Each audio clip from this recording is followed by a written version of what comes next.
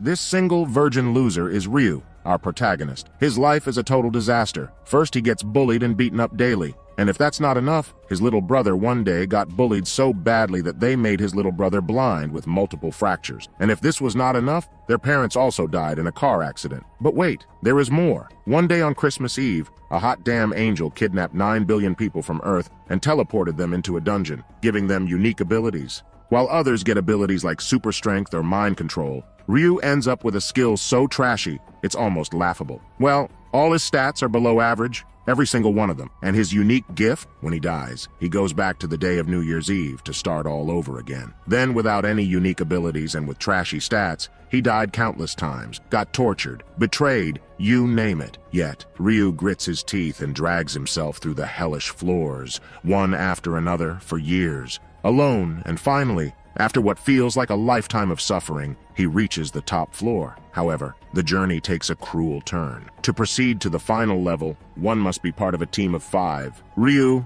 ever the loner and still a virgin, doesn't meet the criteria. So once more he dies, this time on his 99th attempt. Yet as fate would have it, the clock resets. It's New Year's Eve, and Ryu finds himself back at the starting point with one last chance to change his destiny.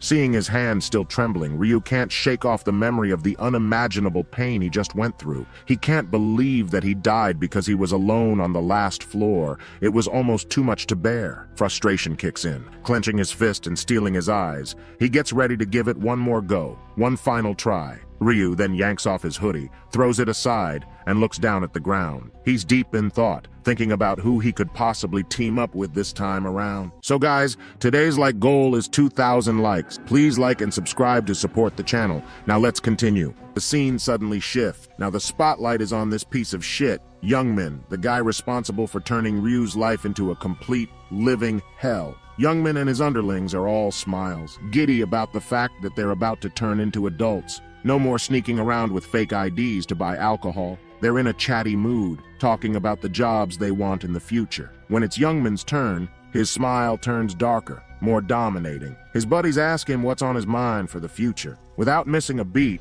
Youngman says he's going to be a gangster. Hearing this, his friends pause. They look concerned, almost freaked out. They tell Youngman he must be nuts. One bad move in that world, and it's curtains for him. But Youngman, always the unapologetic jerk, brushes it off. In his view, he's got just this one life to live, so why not live it doing what he enjoys, beating people up? His friends manage a weak laugh, but on the inside, they're pissed off. They're silently labeling him a full-blown psycho. They're also thinking about ditching him for good once they're out of school. Then, to divert the conversation, one of Youngman's friends asked about what he plans to do with Ryu, referring to him as his errand boy. Youngman remembered Ryu as a gloomy loser, and with a sinister grin, said he obviously wouldn't let Ryu go. Even after graduating, he would continue to mess with Ryu until he got his fill of enjoyment. Then, one of his friends noticed someone and turned to call Youngman's attention. He pointed out that he had found Ryu, Youngman's errand boy. Seeing Ryu, Youngman became excited, and the countdown for the New Year's Eve began with only 5 seconds remaining. But something unusual happened. A dark aura surrounded Ryu as he removed his hoodie and turned towards Youngman with a cold, determined look, leaving Youngman perplexed as he sensed that something was different about Ryu. Youngman's confusion turned into seething anger as Ryu glared at him. He clenched his fists, ready to beat the crap out of Ryu. However, his friend intervened, suggesting that they let it slide since it was the new year. Just as the bell rang to signal the arrival of the new year, a chilling voice echoed through the area, addressing all the humans as if they were insignificant creatures. This unexpected voice left Youngman and his friends stunned, wondering where it had come from. From above the sky, the angel descended ever so slowly, dressed in a pristine white gown with enormous wings to match, one eye obscured by a piece of cloth. The angel looked down at the crowd with an amused smile. She commented that watching humans always felt like observing monkeys in a cage. Meanwhile, the crowd below was losing control, some thinking it was an event organized for the new year, while others were taken aback, finding it all too real, and some were already enamored by the angel's beauty, calling her hot and pretty. Ryu, on the other hand, glared up at her. Even though she looked hot, after seeing her for the 99th time, his anger still boiled within him. The angel let out a slight laugh, calling all the humans trash for falling for her beauty. She warned them not to have any naughty thoughts, as she had no intention of mingling with trash like them, and the people just listened to her in utter silence, shocked. With her hand resting on her chin and a look that seemed like she was contemplating something delicious, the angel said that since they all appeared stunned, it must mean they can see and hear her, and so her game should begin. At that moment, a drunken man yelled at the angel, cursing her, questioning her cosplay, and even calling her a bitch. Ryu, upon hearing, felt a sense of pity for the man. In the next instant, the angel's warm, inviting smile twisted into a horrifying, deathly glare. Her eyes glowed a menacing red, her expression became scary, and with just a simple flick of her finger, the man's head popped like a bubble, splattering blood all around. The crowd, now truly horrified, erupted into chaos, scattering in every direction. Continuing with her terrifying aura, the angel pointed her finger at the crowd. She spoke in a chilling tone. "How dare a lowly human speak informally with my mighty self?" Then, as if switching a button, her aura returned to its previous kind state. She spoke politely but firmly, warning the crowd that they had no right to question her if they didn't want their heads to explode like that unfortunate man. Panic began to wash over the crowd like a tidal wave. She began to explain what they had to do and what this game was all about. Ryu, on the other hand, remained frustrated as he had to listen to her once again. With a warm smile and a kind aura, she extended her hand forward and stated that they would have to play a simple game. This game would consist of 20 rounds and would start on the 1st of every month. Their souls would be transported to another world, and after clearing each round, they could return to Earth. It sounded simple enough. Hearing this, the crowd was confused, thinking they could live just by playing a simple game. Even Youngman was a bit panicked. Then,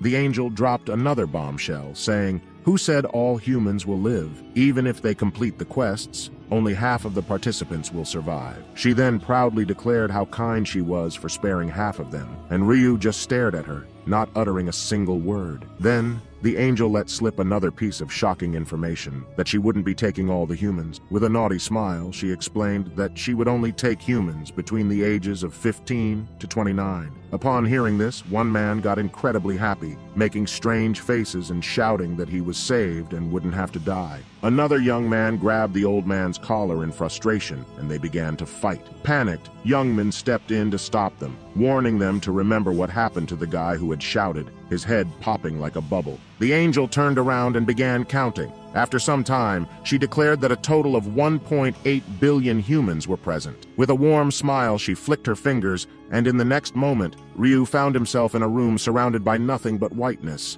The angel started to explain that in this place, the participants could create a physical body exactly as they wanted, and their souls would be transferred into that body. Standing in front of a mirror, Ryu instantly created a character without much thought, using the body from his previous regression. He chose the nickname Black Scythe. A bright light covered his eyes, and in the next moment, a beautiful field appeared, filled with lush greenery, forests, and mountains. Ryu, with his badass character, magically appeared here with jet black hair and piercing red eyes. Clenching his fist, he mused how using this body so many times had made it feel almost like his real one. Slowly, other participants began to appear in the landscape. Their faces showed fear, panic, and in some cases, awe at their own transformation. Some had chosen appearances resembling famous movie stars or strikingly good-looking personas. Ryu looked at them and thought back to his own initial choices. He remembered that he too had first opted for a flashy, handsome appearance, but that had drawn too much attention, and because of that, he died pathetically. So now, he chose to keep it as simple as possible, avoiding unnecessary attention. Then Ryu's eyes shifted toward Youngman, that piece of work who always made life miserable for him. In this new world, Youngman looked pretty much like his real-world self, just taller and more muscular. He walked with a proud smile and eyes that sparkled. Ryu couldn't help but flash a grin mixed with sweat, noting that Youngman, true to form, had buffed up his character again. Then the angel congratulated everyone on crafting their desired bodies, mentioning how their fearful expressions delighted her. One man dared to ask, saying, "It doesn't seem like 1.8 billion people are here. Is there an error?" Hearing this laughingly, the angel replied, addressing humans as inferior, and she shouted, saying, Did she give them permission to speak? She stated that there were many angels taking care of small groups, and it was none of their business. She warned that if anyone spoke without her permission, she would pop their head like a bubble. Saying this, she started the quest. Then she commanded all the humans to say, "Status window." And as they did, a status window appeared in front of them. Just like always, Ryu's stats were trash, with his strength, intelligence, agility, and luck all at 3, without any normal or skill. The angel continued, saying, "Now that everyone has opened their status window and got familiar with this system, specially designed like a game for trash humans to understand easily," she gave an evil smile and extended her hand forward. She announced that if they increased their levels and cleared the 20 rounds, they would be granted a wish, and they could wish for anything they wanted. Hearing this, everyone, including young men, got stunned. Then, with an amused smile, she announced that now she would give everyone their unique skill. In front of them, a crystal appeared, and when they broke the crystal, they got their unique skill. As young Min broke his crystal, he was shocked, and then the angel said, "Since all of them received their unique skill, let the game begin." With a flick of her finger, a notification appeared in front of everyone, instructing them to kill 100 goblins to survive this round, and just like that, a goblin appeared in front of them. The sight of the goblin approaching them with a dagger sent shivers down the participants' spines. Just when they thought things couldn't get worse, the angel had another surprise. Spreading her hands wide, she summoned a whole army of goblins, amplifying the panic among the participants. The angel couldn't be happier, her mischievous smile reflecting her delight at the prospect of a life-or-death battle between 10,000 humans and 50,000 goblins. Suddenly, a goblin charged at the crowd. The tension was palpable. But then, to everyone's surprise, Ryu stepped forward, unarmed. As he advanced towards the charging goblin, murmurs rippled through the crowd. Everyone tried to warn him, claiming it was too dangerous. However, Ryu seemed to have a different plan in mind. With remarkable force, he delivered a powerful kick, sending the goblin flying backward and shocking the entire crowd. He changed his plans and decided to show his full power to the crowd, as it was part of his future plans. Picking up the goblin's dagger, Ryu fixed his gaze upon the angel, determined to capture her attention. Then, as 2 more goblins charged at him, Ryu got ready with his dagger. In a flash, both were slain. Again, all the people were shocked, saying how cool Ryu was. Then one person started to say that these goblins might be weak, and they too could easily kill them, believing it was not a big deal. But before he could finish their sentence, a goblin jumped at them, grinning, and stabbed them to death. Witnessing this, everyone panicked and started to run. Meanwhile, Ryu effortlessly continued to eliminate the goblins. As they witnessed the horrifying scene of goblins mercilessly killing humans, Ryu knew that now there would be only one thing on the minds of these people: survival. Some might try to run, but the area was protected by a barrier, so escape was impossible. Others might hesitate to kill a living being, but in order to survive, they had no choice but to fight or be killed. Ryu explained how he had once been like them, but after going through this round 99 times, despite being weak, he knew all the movements and weaknesses of the goblins like the back of his hand, making it easy for him to kill them. Watching the scene unfold from above, the angel was having a ball. She was genuinely enjoying the chaos of goblins and humans fighting each other. With a smirk, she commented on how the humans, who she referred to as monkeys, were struggling against the goblin. Even though the goblins had smaller, weaker bodies, when they were armed with daggers, they seemed to have the upper hand. However, her gaze eventually landed on Ryu, who was tearing through the goblins like a whirlwind. She took note of his nickname, Black Scythe, and realized he had already taken down 70 goblins in a short span. A hint of annoyance crossed her face. Ryu's dominance was ruining her entertainment. But, shrugging it off, she said to herself, it can't be helped, and shifted her focus to watch other humans fight for their lives. Ryu, on the other hand, continued his onslaught, becoming a one-man killing machine. The goblins started to fear him. Seizing the moment, Ryu checked his status window. He had leveled up to 4 and had 6 stat points to allocate. Without hesitation, he dumped all his points into agility, explaining that agility not only boosts dodging ability, but also impacts attack and movement speed. At the start, agility's the real MVP, Ryu thought. Looking at his dagger, Ryu said out loud, "This should get that pesky angel's attention." With a swift throw, his dagger found its mark, embedding itself in a goblin's head. With his arm still outstretched from the throw, he confidently declared his intent to wipe out all the goblins that day. The goblins shivered in fear, sensing the resolve in his voice. Ryu, not missing a beat, got back to work, and in no time, he had reached his goal. 100 goblins defeated. After successfully completing the quest, a bright yellow light enveloped Ryu, creating a protective shield that kept the goblins at bay. Standing there with a cool, collected expression, he remarked that the first round was a piece of cake. He'd gone all out, slicing through goblins like a maniac, just to grab that angel's attention. But truth be told, there was another reason too. Then, with a sly grin, Ryu shared that he was also aiming for a secret reward. The system, impressed by his lightning-fast completion time of 10 minutes and 21 seconds,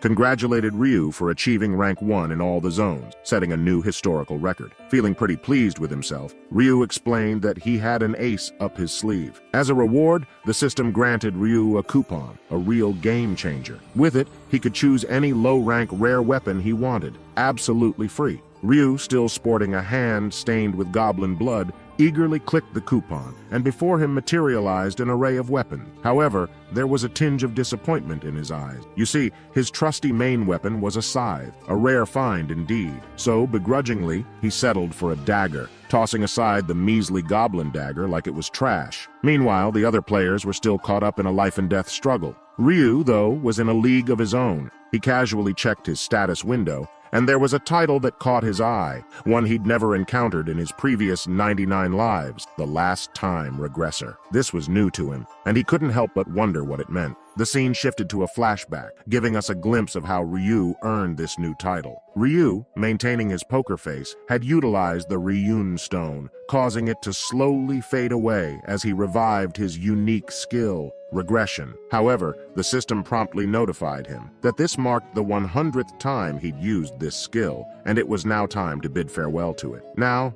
this wasn't much of a shock to Ryu, who had anticipated that his skill would be removed after the 100th use. Otherwise, he might have regressed infinitely. However, there was a twist in the tale. Another system notification popped up, catching Ryu off guard. It informed him that this 100th regression had earned him a special title, the Last Time Regressor. This news left Ryu genuinely stunned. You see, in this world, titles were exceedingly rare, and each one came with its own set of skills and stat boosts. Intrigued, Ryu examined his new title and what it offered. Upon death, he would be resurrected with full health, and what's more, he could choose the exact location where he'd return to the land of the living. This, however, was a one-time use ability. At this revelation, Ryu broke into a smile, a genuine one. He rested his chin on his hand, realizing he'd just laid his hands on something truly extraordinary. After that, Ryu, feeling a bit restless, stretched out his arms. He was honestly getting bored and wondered how Youngman was faring. After a quick look around, he spotted Youngman.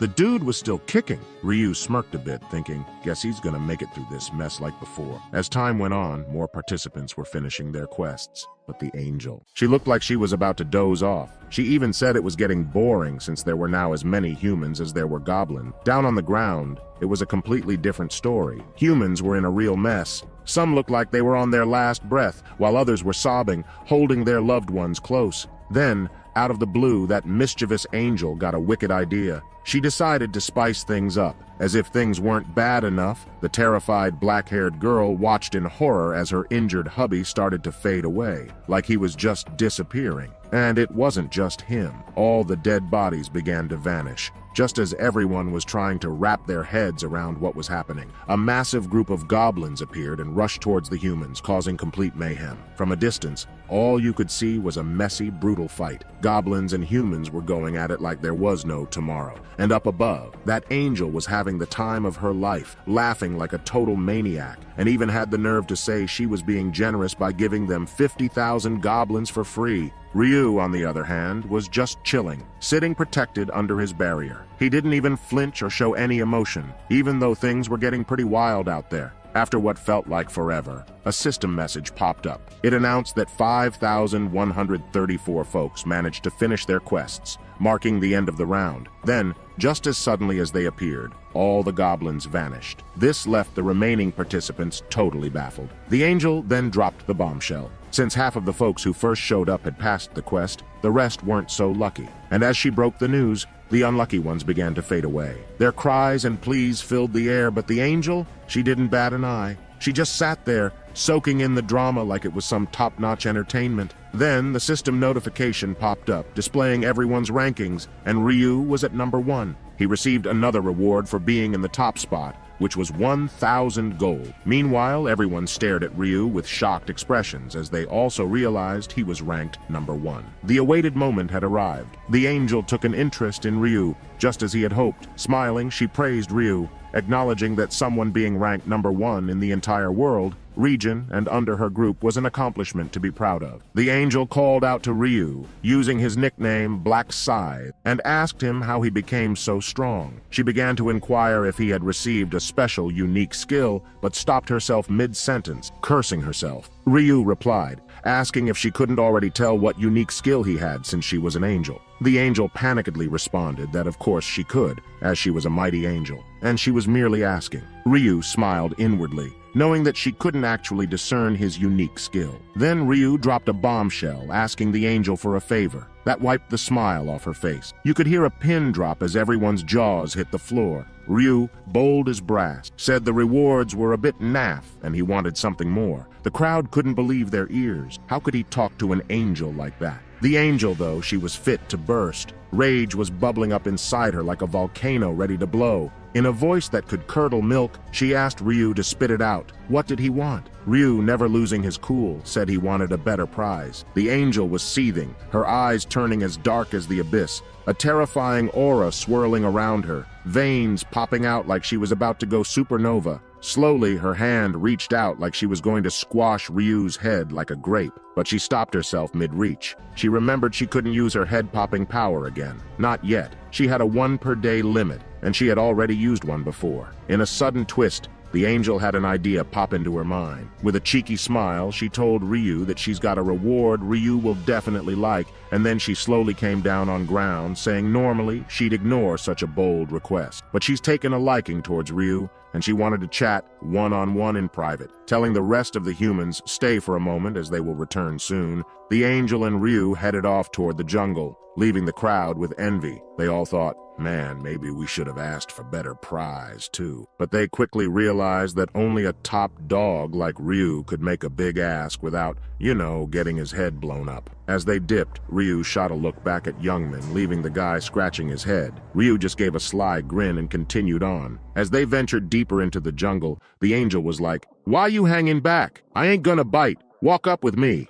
And Ryu just nodded. Internally, the angel was losing it. She thought humans were mad greedy and she had some, let's say, special plans for Ryu. Her face turned all kinds of sinister and she let out a low, eerie laugh. She thought once they passed a certain rock, they'd be out of the surveillance zone. And then she'd get her revenge, giving Ryu a slow, painful end. As she reached the magic spot, she tried to put on her best smiley face, telling Ryu he was about to get his special reward. But out of nowhere, a fist zoomed toward her. Before she could even dodge, bam! Ryu's punch sent her flying and made this holy being a holy shit. The angel was in shock as golden blood spilled from her mouth. She couldn't wrap her head around the fact that she'd been punched by a mere human. Pissed off, she pulled herself together and tried to locate Ryu, but the dude had vanished. Just when she thought she'd caught a break, out of nowhere, Ryu popped up right behind her, ready to throw down. In a slick move, Ryu got one hand on her wing and the other wrapped around her neck. The angel, usually so in control, was freaking out big time. She screamed at him to back off, but Ryu, he just calmly ripped off one of her wings. The pain hit her hard, and she blacked out for a sec, and when she came back to sense, Ryu was already tearing off her other wing, and golden blood was going everywhere, and she couldn't help but scream out in agony. Ryu, cool as ice, told her to quit with the dramatic act. Then he forced her down to the ground, stepping on her back and grabbing her last wing. She begged and cried, but Ryu didn't show a lick of mercy. With one last yank, he ripped off her final wing while saying now she will not be able to run and they can talk in peace. Now the angel, trembling, slowly turned back, and Ryu asked her if she was in pain, but she didn't say anything, just ground her teeth. Then Ryu smiled and asked her if he hadn't acted like that. It would be him in her place crying in pain, and the angel would be the one smiling maniacally. Hearing this, the angel stood up, panicked, shouting, "What the hell is Ryu saying, this nonsense?" She called Ryu insane for hurting an innocent angel. But then, With cold eyes, Ryu picked up the angel's torn wing and showed her the hidden dagger hidden behind her wing. He asked her if she was not planning to kill him with this hidden dagger. Then what was it for? Putting it into her pussy. Hearing this, the angel was speechless. Ryu stood up, throwing the wing aside, saying he had done this for the 88th time, and it was still satisfying to do it, while the angel was confused, not understanding what Ryu was saying. Then Ryu dropped yet another bomb. He called the angel by her name, Burial, and told her he knew all about her and it was time for her to die. Now, scared, anger and shock mixed on the angel's pale face as she wondered how Ryu knew her name. Thinking it was impossible, Ryu replied that there was no point in telling someone who was going to die and took out his dagger from his inventory, staring at it. The angel grew more and more panicked and started shouting that if Ryu killed her, the consequences would be heavy. Then, with an angry and loud voice, pointing her finger toward Ryu, she threatened him that if he didn't stop, she would use her skill and pop Ryu's head like a bubble. But Ryu calmly smiled and replied that she could do whatever she wanted, but she would not be able to use that skill, as it could only be used once per day. Now the angel was gritting her teeth in frustration, and then in panic, she warned Ryu that if he killed her, her comrades would not let him go unscathed. But Ryu, with a calm and calculating expression, simply said, "Comrades, my ass." He knew she was a virgin loser with no friends, and no one was going to come to her aid. The other angels didn't care about what happened to their fellow angel. Ryu slowly advanced toward the angel, and she began to utter threats about how he would regret killing her. But before she could finish her sentence, Ryu raised his dagger and thrust it into her chest with great force, ripping her apart. Golden blood splattered all around her, and she screamed in agony. However, Ryu's expression remained cold and calm as he stood over her lifeless form. The system then notified Ryu that he had achieved an unbelievable feat. He had become the first in history to kill an angel. As a reward for this act, he received two rewards. First, he obtained the angel's special essence, her juice, and second, he acquired an ability ruin crystal. This was the entire reason he had killed the angel, and he had succeeded in his goal. The ruin was known as the Ruin of Slaughter, and Ryu wasted no time in utilizing it. As he activated the ruin, it began merging with him, and the system promptly notified him that he had gained a unique skill known as the Butcherer. With this skill, every time he killed his target, all of his stats would increase by 1%, making him even more formidable. The system didn't stop there. It informed Ryu that he had earned the title of the First Angel Slayer. This title bestowed a tremendous advantage upon him, as when facing an angel in battle, all of his stats would double, turning him into a formidable adversary. Now, the most significant reward awaited Ryu as he held the angel's special juice in his hand. He explained that it was solely for this reason that he had taken the risk of killing the angel. This special juice, after consumption, would allow him to change his class to Grim Reaper. The Grim Reaper class was considered the natural enemy of angels, making Ryu a formidable opponent against them, as angels will be a pain in the ass in future. Ryu went on to clarify that in this world, anyone could obtain a class, but the process for achieving one was shrouded in mystery. People gradually discovered the criteria through trial and error. For example,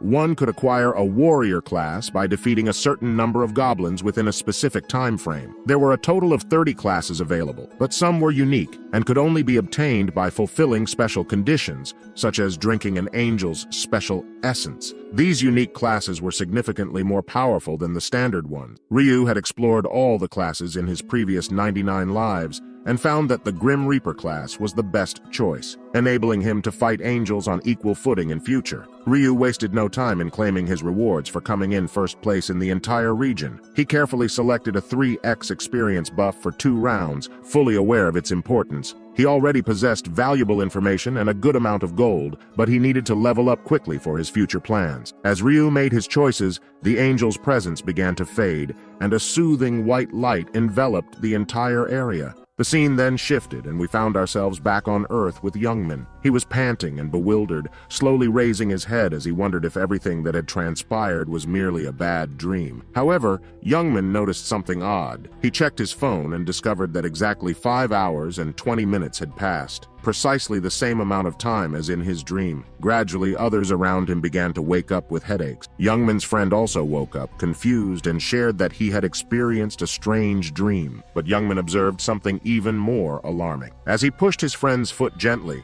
there was no response. Another friend tried to rouse the motionless man, only to discover that he was dead, his face pallid. Panic began to grip them as they realized that everything that had occurred in the dream was not a mere fantasy. It was a grim reality. Anyone who had died in that dream had met the same fate in real life. This shocking revelation was too much to bear, and fear overcame them. Youngman and his friends frantically assessed their surroundings, trying to determine what to do next and how they would face the challenges of the upcoming month. Amidst the fear and confusion, Youngman was trembling, but his tremors were not born of fear. Instead, he was shaking with excitement, a strange anticipation stirring within him. He was getting excited, thinking that in that world everyone was equal, and it didn't matter whether they were a president or a celebrity. In that world, strength was king, and he could do whatever he wanted. He could kill whoever he pleased. Meanwhile, his friends were crying in panic, scared that next month he would die as a virgin if he failed to complete the quest. But Youngman scolded them, telling them he wasn't the only one facing this problem. He urged them to stay calm and explained that all they had to do was kill some monsters to survive the next round. It was as easy as spreading butter on bread.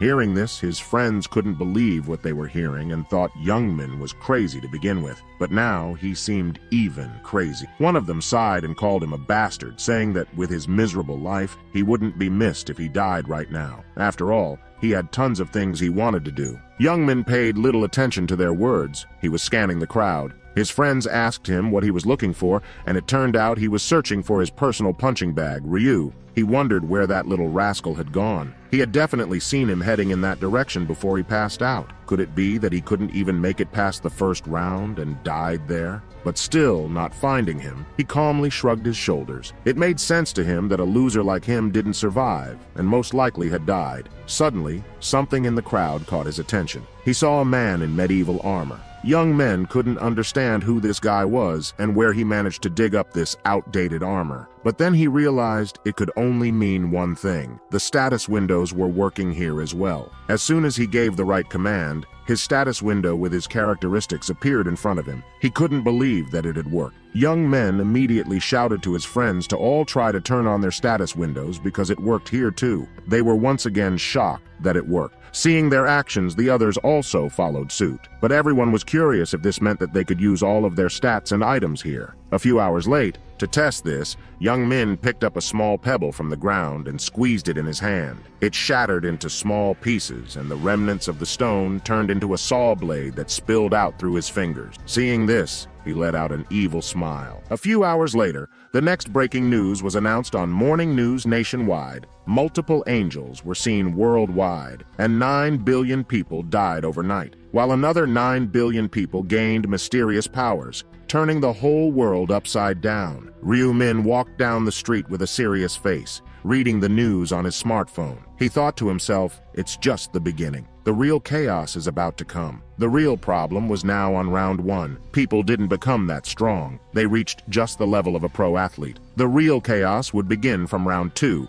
when they would get magical powers, giving rise to numerous criminal activities as modern weapons wouldn't work on them. Ryu wasn't going to sit back and watch the world descend into chaos. If he had left things as they were, the Earth would likely have fallen into ruins before the 20th round arrived. There was only one solution. He would have to control the other players by overpowering them, making them his slaves. With a serious expression, he realized that he needed to gather his 5 teammates as soon as possible, and he had some of them in mind. But then he said to himself, that's not important now. There's something even more important to do. He left with determination. He reached his house and knocked on the door of the apartment building in one of Seoul's neighborhoods. No one answered or opened the door, so he retrieved the key from its hiding place and let himself in. It was dark inside, and he noticed an uneaten instant cup noodle. Slowly, he approached his bedroom. There, his little brother, Wani, slept peacefully and carefree on the floor. Seeing him, Ryu couldn't help but let out a warm smile. He was glad that his younger brother was safe and sleeping peacefully. He continued to watch over his sleeping brother with affection for a while. Ryu explained that his younger brother's name was Wani,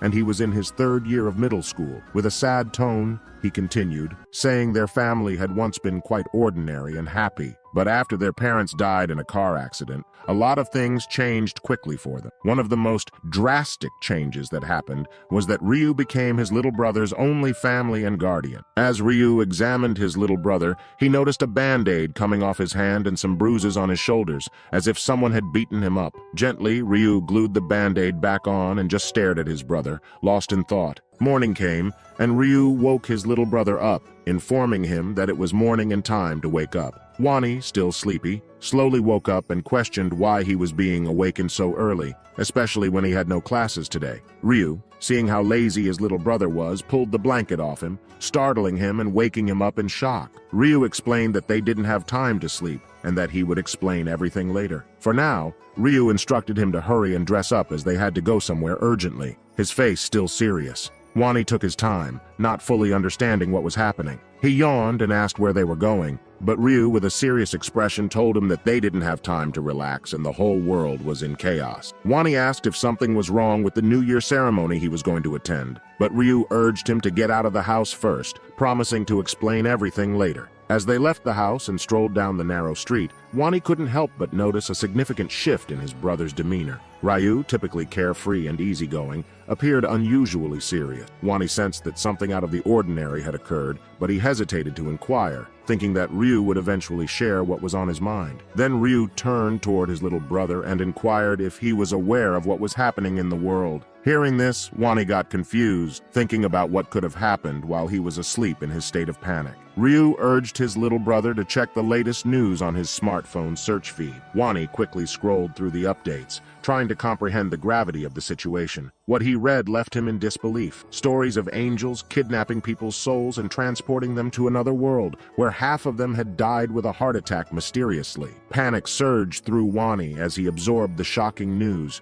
In his state of anxiety, he bombarded Ryu with questions, asking, did Ryu also get transported to that world? His brother told him that he had been taken too, and he could only get out after killing 100 monsters called goblins. Hearing this, Wani immediately began to worry about his brother's health and asked if he was hurt. He bombarded Ryu with questions, but Ryu reassured him not to worry about himself. However, upon hearing this, Wani became even more concerned. After all, Ryu was his only family, his only sibling, and dearest person. Ryu was his entire world, and the thought of something happening to his brother was unbearable. To fulfill both the mother's and father's duty, Ryu became the most mentally strong individual from a very young age. But having a strong mind and killing 100 monsters are completely different things. Seeing his worried little brother, Ryu smiled and told him not to worry too much. He reassured Wani that he would explain everything later, but for now, they didn't have much time, and they needed to take action. Then Wani stopped and asked Ryu to tell him where they were going. He was willing to follow Ryu, but all the information was too much for him to handle, and he would only follow Ryu when he told him where they were going. Seeing his little brother's wounded hand, Ryu turned to Wani and told him in a cold voice that they were going to attack the hideout of Tegyu, who was the leader of the bullies in his class, shocking his little brother. Still not believing that his brother had found out, Wani asked his brother if he really knew about it. Ryu asked back, did you really think I wouldn't find out? Now, Wani bit his lip, realizing that he thought he had hidden his secret well, but it turned out that his brother had known about the bullying all along. Now worried, Wani sat there thinking how he didn't want to get his brother involved in his life when Ryu was himself getting bullied and having a hard time. Ryu, on the other hand, seeing his little brother sad, apologized to him in his thoughts and said to himself that he shouldn't have known this in the first place, but he found this out during the first regression. After returning from the first round, Ryu Min just slept the entire day in depression, and his little brother went somewhere in the morning. After a while, Ryu was awakened by the ringing of the phone. Annoyed at who might be calling him,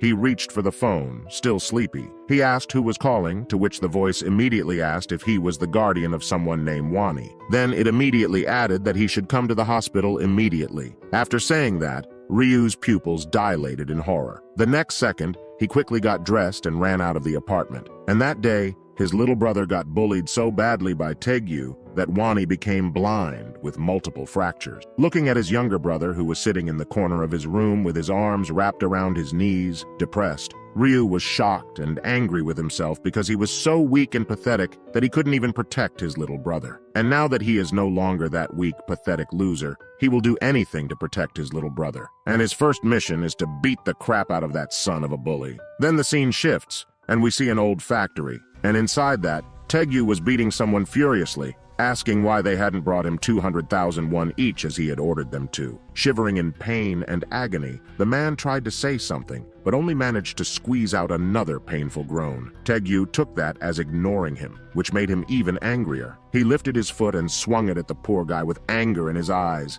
Then he began to beat the poor guy again with anger, who had no chance to resist, and it would have made things worse because his assailant was not alone. Taegyu's friends stood aside watching this one-sided beating with a chuckle, but they were actually tense and afraid of Taegyu's ruthless attitude, since he was very unpredictable and very cruel. Even the other high school students were afraid of him. Taegyu was 185 centimeters tall, and he had a rather large physique for a sophomore high school student. Undoubtedly, he was an overwhelming dominant among his peers, and was famous even among gangsters for his fighting skill. After a while, the man was finally done with the beating, screaming harshly. He scratched his neck and headed towards his buddies, complaining irritably that he couldn't buy a motorcycle today, as he couldn't get the money he was going to get today. Seeing the angry guy approaching them, the group of his buddies immediately tensed up. Unfortunately for them, their fears were realized as Taegyu approached his gang and asked if any of them knew anyone from whom he could get the money to buy the motorcycle. The gang was caught off guard,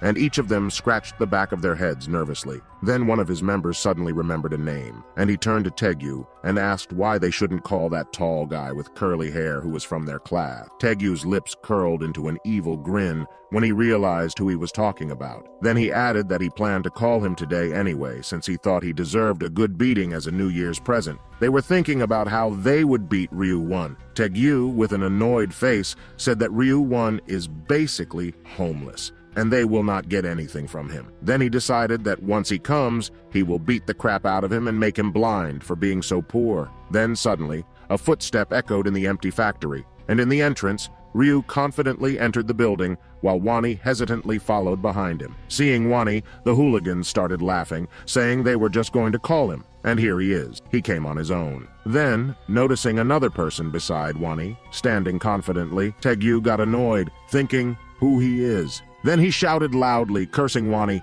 saying how dare he bring someone without his permission. But Ryu just stood there silently, glaring at them, and Wani started to shiver in fear. Seeing this silent treatment, Taegyu got even more annoyed. Then he angrily, slowly came toward Wani and asked him if he brought another errand boy. But before he could say anything, Ryu stepped forward with a smile on his face and confidently stated that he was his older brother. Taegyu laughed, then turned to Wani, who was standing behind his older brother, and reminded him that he had already told him to watch his language if he didn't want to get beaten up. And now he had come with his older brother to his hideout to get revenge with a mocking smirk on his face. Taegyu clenched his fists and told Wani that he and his brother would die today. Then, turning to one of his minions, he nodded and ordered them to act. The latter, not realizing what he was getting into, nodded in agreement with a happy smile. While Taegyu was standing behind with his arms crossed, his underlings slowly walked toward Ryu and started taunting Wani, asking if his brother had ever even killed an ant before.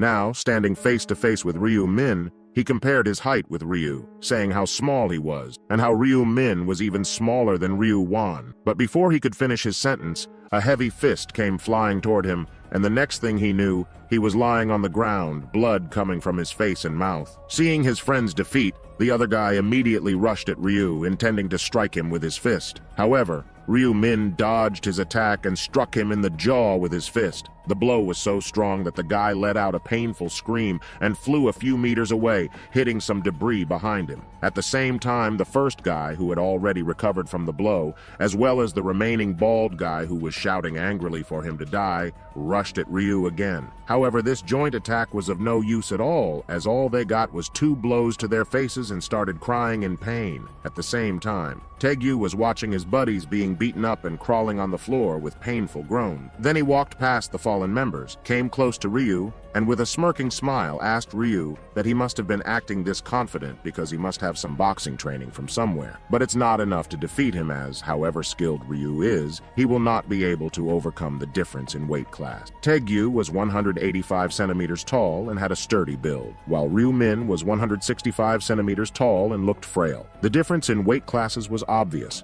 and one could easily predict the outcome of the fight between the two without even watching it. However, to Taegyu's surprise, Ryu didn't look scared at all. With a smile on his face, he turned to the big man and asked him if he was not watching the news. Hearing this nonsense, Taegyu charged toward Ryu with his punch, but to his surprise, Ryu dodged it effortlessly. Then Taegyu threw punches and kicks after kicks, but Ryu dodged all of them effortlessly. Now his vision was getting blurry, and he was breathing heavily, wondering in anger why he couldn't land a single hit on Ryu while grinding his teeth. At the same time, Ryu's fist lit up with a blue aura. Then he turned to Taegyu and said that if he had been watching the news, he would have known that attacking a player like him so easily was tantamount to suicide. The next moment, he threw a lightning-fast punch that hit Taegyu's jaw, sending him backward, but it wasn't enough to defeat him. Taegyu once again rushed to attack Ryu with a fierce shout of curses. However, to his surprise and confusion, his blow did not hit the target as Ryu suddenly vanished. Unable to believe what was happening,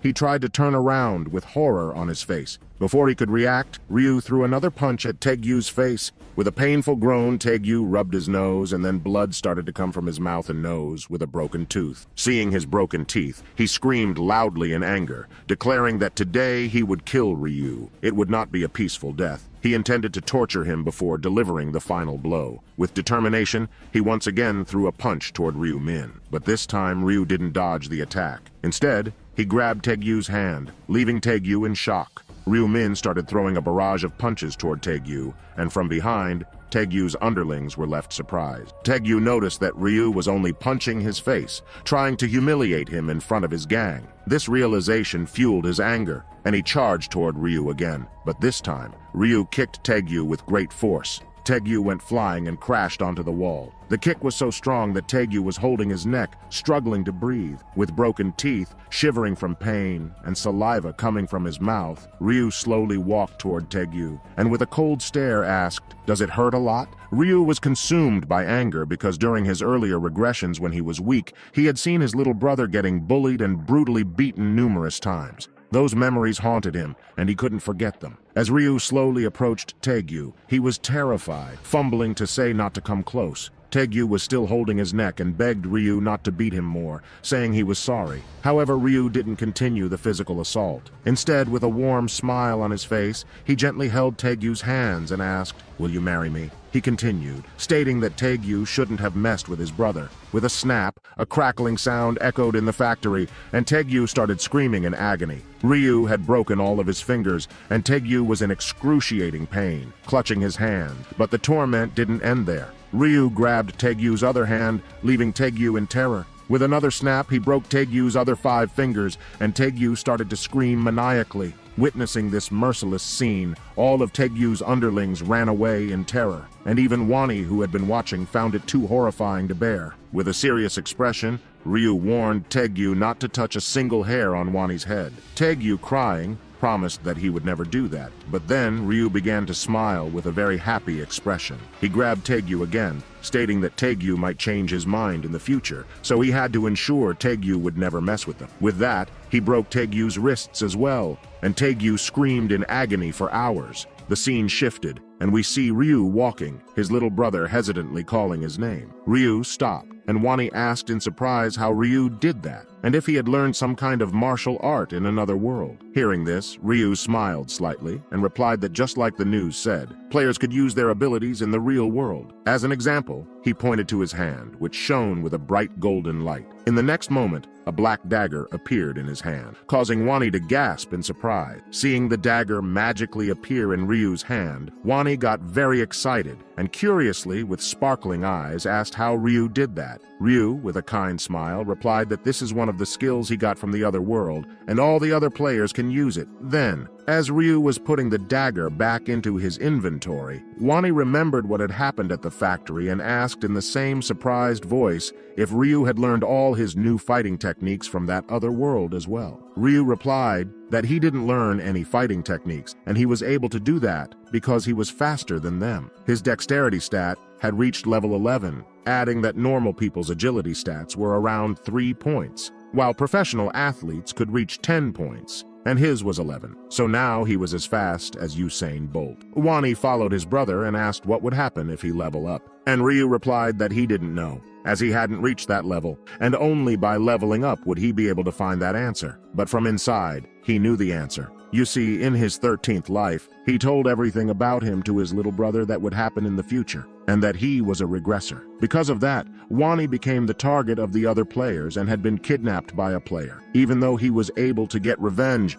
he didn't want to feel those emotions again, much less have his younger brother suffer for it. Turning to look at his little brother who was following him, he told himself that he had to prepare himself to protect him in the upcoming fight between the players. Then Wani's stomach growled, and Ryu asked if he was hungry and suggested they go eat a good breakfast together. Hearing this, Wani happily nodded with shining eyes. Then the two brothers entered the nearest store. Ryu immediately headed towards the ATM. When Wani saw this, he asked where he was going, saying that the noodles were in a different place. But Ryu turned around and told him to wait for a few minutes. He went to the ATM and inserted his card. He looked at the screen and thought to himself that this was all he could save up to that point. His balance was 133,134 won, which was about $100. After selecting a transaction amount of 100,000 won, he pressed the button to confirm the transaction. Seeing the huge bills in his older brother's hands, Wani was surprised and asked why he needed so much money, to which Ryu replied that he needed it for something. Then the two reached an area selling premium foods,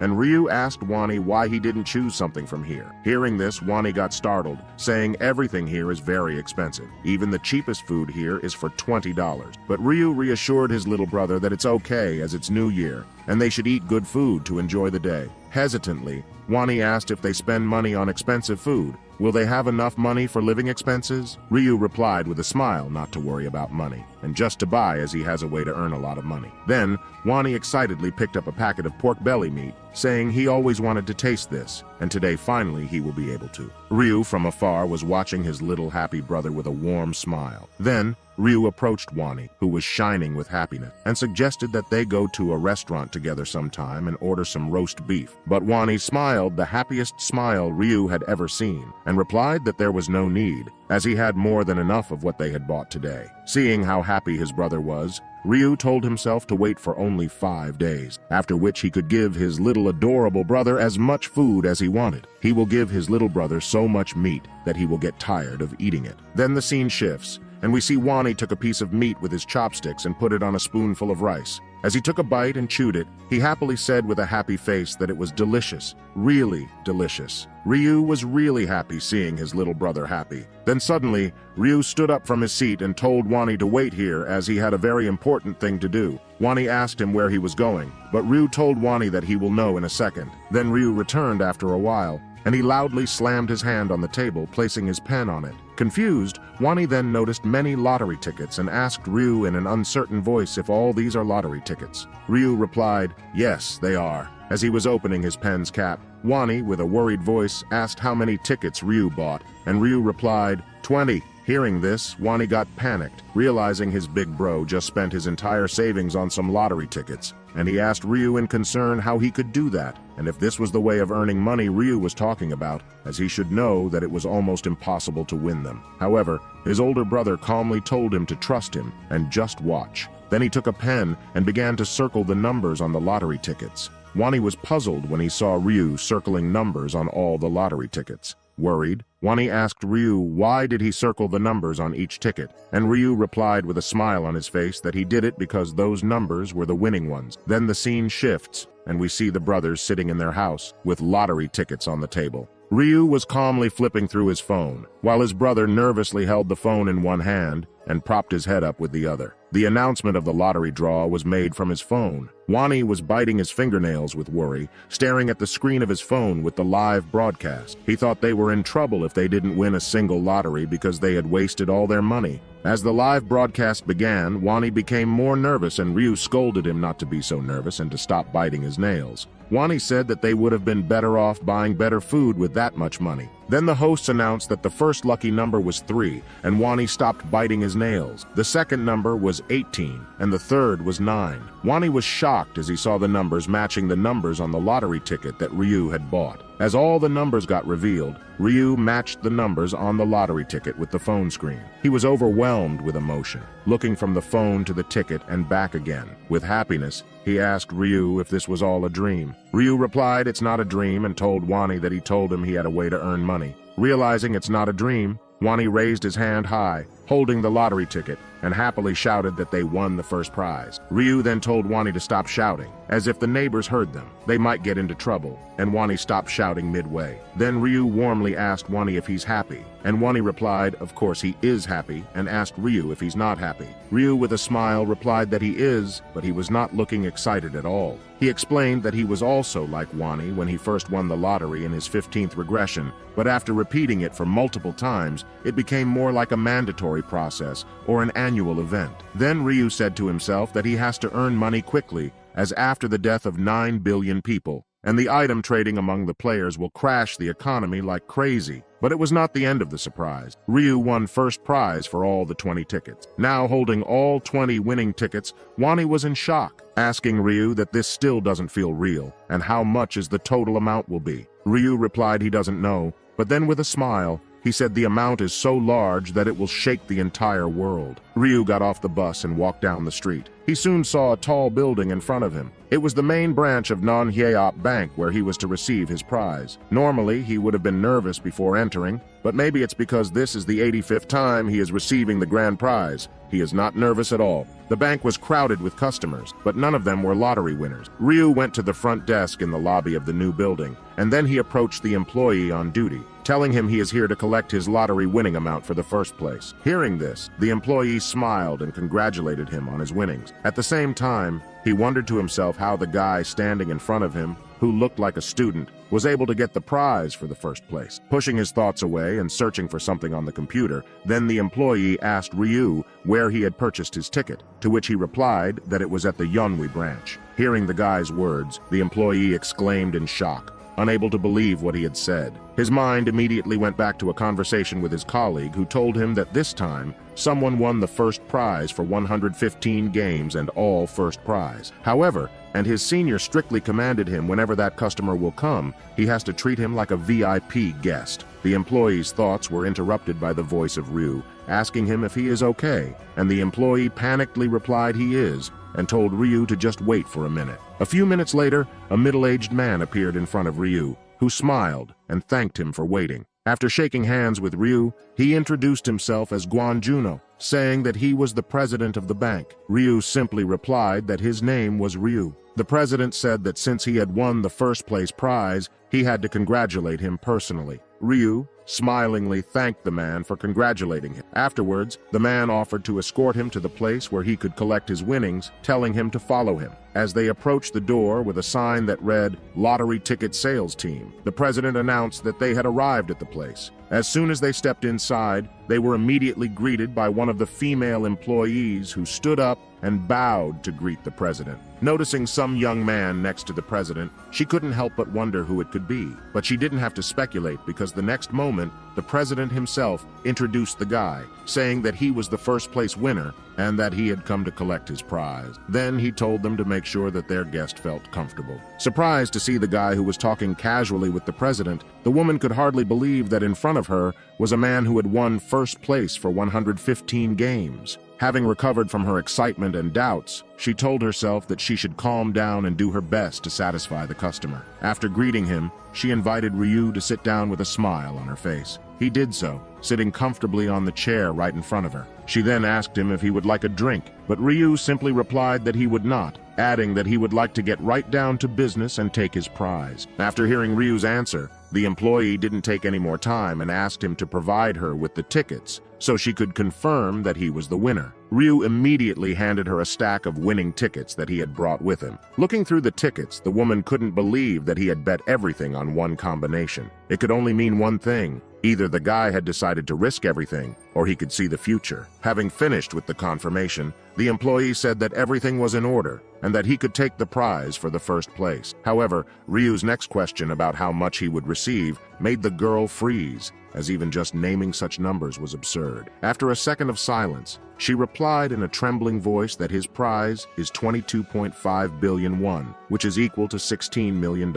After he received his prize, everything went pretty quickly. The first thing he did was start looking for a place to move to. That same night, he opened a stocks account because he had information from the future. He knew that the price of Bitcoin would increase by 500% next month, so he also planned to invest his money in it. After returning home, Ryu showed his younger brother pictures of their new house and asked him if he liked it. Wani happily replied that it was amazing, adding that he had never seen such a huge and beautiful house in person. But Wani was confused about one thing. He asked Ryu why he signed a rental agreement when they had enough money to buy a house. Ryu replied that he didn't have any more money, as he had spent it all. His phrase made Wani freeze in place, and Ryu casually added that he had invested all the money into Bitcoin. When his younger brother heard this, he froze in place again, unable to understand how his brother could so easily say that he had invested $15 billion into Bitcoin. Ryu Min approached his younger brother, who had turned into a statue, and patted him on the shoulder, assuring him that he hadn't done it without thinking,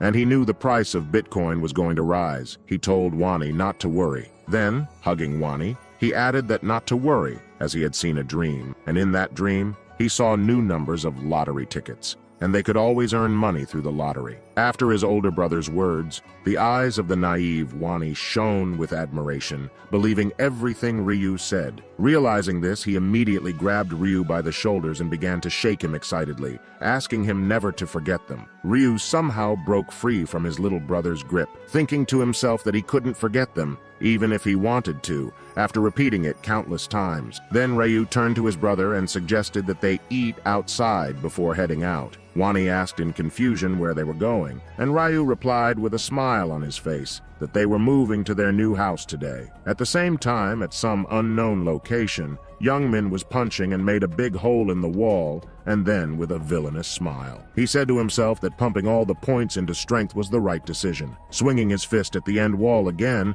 he added to himself that he was even able to get a power rune that doubled his strength. As he continued to strike the wall, he started to laugh maniacally, saying that now with this powerful fist, no one will be able to stop him, and veins started to foam in his hand as he clenched his fist, ready to go another round of punching the wall. Then the scene shifted, and we see Youngmin now in front of Ryu's door, slamming the door and shouting Ryu's name. When he didn't get an answer, he said first he thought Ryu died in the first round, but later he found his name was not in the list of the dead people, and Ryu was even ignoring all his calls. Then Youngmin's face became furious, thinking the way Ryu glared at him before the angel kidnapped him. He can never forget them, and he will only get satisfaction when he will beat him to death with his own hands. Then Youngmin started to slam Ryu's door continuously, saying if he is hiding inside, he will now come inside after breaking the door. However, a voice stopped Youngmin, and it was an old man standing on the stairs who turned to him and asked him what he was doing at that door. Youngmin asked the old man if he should mind his own business, since Youngmin is not slamming the old man's door. Hearing this, the old man, adjusting his glasses, replied that he was indeed the owner of the house, startling Youngmin. Then he asked Youngmin again if he had come to meet a friend. For a second he froze, not knowing what to say. He quickly adjusted himself to the situation, smiled, and said that he had indeed come to see his friend. Then he asked the old man if he could open the door for him. Youngmin added that he had suddenly lost contact with his friend, and now he didn't know how to get in touch with him. Hearing this, the old man was shocked. Then he told Youngmin that it was now an empty apartment as the student who lived there had moved out. Hearing this, Youngmin immediately asked the owner of the house if he knew when and where the student had moved to. But the old man replied that he had moved today, but he didn't know where he had moved to. Hearing the old man's answer, Youngmin was furious, and he clenched his fists in anger, wondering how he could have left without telling anyone. Then the scene shifts, and we see the duo arriving at the huge glass building. which was the size of a skyscraper. Wani exclaimed in surprise and admiration. Covering his eyes with his hand to keep the sun from shining, he said with shining eyes and amazement that the building was very tall. He was so innocent that he was even surprised that the door at the entrance was revolving. He didn't stop being amazed even when the female employee simply handed them entrance cards while his older brother confirmed their identities. Wani continued to be surprised that there was even a security guard here. Pushing himself up in the elevator to his room, he turned to Ryu and said admiringly that this place was really amazing. Stepping out of the elevator, they headed to their room. When they got to their room, Wani exclaimed again in surprise, wondering how big it was. His brother replied with a nonchalant face that it was about 330 square meters. Such a figure shocked his younger brother, as their previous apartment was dozens of times smaller. Looking at the apartment, Wani, still in disbelief that they were going to live here, asked, "Isn't it too big just for the two of them?" Ryu replied that they have a lot of money and that they should enjoy their life. Then Wani asked Ryu how much the rent had cost him, and Ryu said that it had cost about 22 million won a month, which is about $17,000 a month. The rent alone made his younger brother's head spin. He thought to himself that not so long ago, he was still concerned about the price of meat, which at that time seemed very expensive to him, and now they are spending so much just for rent. Following his older brother, who was still looking at the apartment they would be living in, Wani asked him if they could have chosen something cheaper. Hearing this, Ryu shook his head negatively and replied that the more expensive the services were, the higher the security, which was their priority after all. On the first of every month, all players will fall unconscious as their souls will get transported to another world, leaving their real bodies unprotected, and it was the period that was the most vulnerable for all players. During this time, they became vulnerable to disasters such as fire or earthquakes. But the biggest danger was not the cataclysms, but the assassins hired by other players. And so, when the time came, players would need to prepare to have their bodies in as protected a place as possible. After finishing his thoughts, Ryu turned to his brother, who had already settled in a bit, and asked if he liked the house. Wani enthusiastically replied that it was beautiful, and it still felt like he was dreaming. Then Ryu kindly said he is glad Wani is happy and that he liked it. Suddenly, Wani's face became a little sad. He then apologized to his older brother in an uncertain and worried voice. Ryu looked at him in confusion, not understanding what he was apologizing for. Wani continued in an upset voice, saying that Ryu would be transferred to another world next month, and he'd have to fight for his life. Knowing this, how could Wani enjoy and be happy? But this sad atmosphere was broken by Ryu, who patted his brother on the shoulder, asking him why he was so sad. He added, "Do you think I won't be able to come back from the next round?" But Wani didn't say anything, and Ryu jokingly told him to stop thinking about nonsense and follow him. He had heard that the shopping hall on the second floor sells really delicious food, so they should go and enjoy. Wani agreed, still worried. Then suddenly a message arrived on Ryu's phone. After reading the message, he realized it was from Youngmin, and Ryu continued to ignore him. Putting his phone in his coat pocket, he thought of giving Youngmin a visit. The next day, a sleepy Ryu came out of the bedroom and was surprised to see Wani fully dressed, preparing to go somewhere. When he asked him where he was going, Wani happily replied that he had ordered some rice cakes and was going to pick them up. Still sleepy, Ryu didn't immediately realize what he was talking about. As far as he could remember, this had never happened before. Although regression did not guarantee that everything would happen exactly the same way as in the past, it was a significant change. Turning to his younger brother, who had already packed up and intended to go, Ryu asked him why he had decided to buy them, to which Wani replied that he was going to give them away to the neighbors as a gift to celebrate their moving in, as he thought it would be good manners. Ryu thoughtfully replied that being on good terms with the neighbors was a great idea. Pleased at his older brother's praise, Wani said that he could distribute them himself, adding that Ryu could stay here and rest. However, Ryu disagreed, replying that they should distribute the gifts together. He then told Wani to wait for a while he went to change his clothes. After a while, they rang the bell of the first apartment, from which a voice came out seconds later asking who it was. Wani, with a smile on his face and a cake in his hands, good-naturedly informed them that they were their neighbors who had just moved in and now came to greet them. Opening the door, a middle-aged woman with a smile also greeted them. Then noticing that the two looked very similar, she asked if they were brothers, to which Wani smilingly replied that they were. Handing the woman a rice cake, he advised her to eat them while they were still warm. She happily received the cake and thanked the brothers. Then, after some more time, they continued to greet their neighbors, continuing to give them gifts and after an hour they were almost done with greeting the neighbors and heading to the last place. This was the top floor, and the most expensive and the most secure one. While Wani was ringing the doorbell, Ryu was thinking to himself that there must have been someone from a rich family or a celebrity in such a place. Even after ringing the bell for a while, no one answered his call, causing him to have thoughts that perhaps no one was home. Pressing once more and getting no answer, he turned to his older brother, who was standing by the wall, and said a bit confusedly that it looked like no one was here. Turning around, they were about to head for the elevator, but the sound of the doors opening made them turn around. The person they saw in the next moment shocked Wani, while Ryu, although a little surprised, didn't change his face much. In front of them was a girl who had a beautiful appearance and was dressed in elegant clothes, who was looking at them with incomprehension. When Wani laid eyes on Arin, he was practically speechless, and a little shyness crept in. He couldn't help but blurt out how pretty she looked, like an angel come to life, while Ryu was just staring at her, thinking about that angel that he just killed without any reaction. But before either of them could get a word out, this dude dressed in black stepped right in front of Arin. He had a real rude tone, asking the brothers who they were, and he even threw in a snide comment about whether they were her fans. That really got under Ryu's skin, and he got a bit annoyed. So with his arms crossed, he made it clear that they weren't fans and that they'd only just moved into the building today. Meanwhile, Wani was feeling a tad shy. Then Wani, all cheerful, tried to hand over a rice cake as a friendly gesture. But that bodyguard of Arin's wasn't having any of it. He rudely stopped Wani right in the middle of his offering and flat out said they didn't want anything. To top it off, he told the brothers to mind their own business and not bother them. With that, he just turned on his heel and walked away, casually mentioning that Arin ain't into sweet stuff. Left the brothers feeling pretty insulted, that's for sure. Next up, the bodyguard opened up the door to Arin's place and told her to head on inside. She followed his lead, but she couldn't help but shoot a sorry look back at the brothers. Today's goal is 3,000 likes. Like and subscribe to support the channel. Now let's continue. Now Ryu was getting pretty mad about the whole deal. He might not know who these people were, but that man's rude behavior was really getting on his nerves. On the other hand, Wani was still standing there, practically speechless. And it ain't just 'cause he was feeling insulted. It's 'cause he realized that the lady he'd been staring at was none other than his idol, Arin. His eyes lit up with happiness,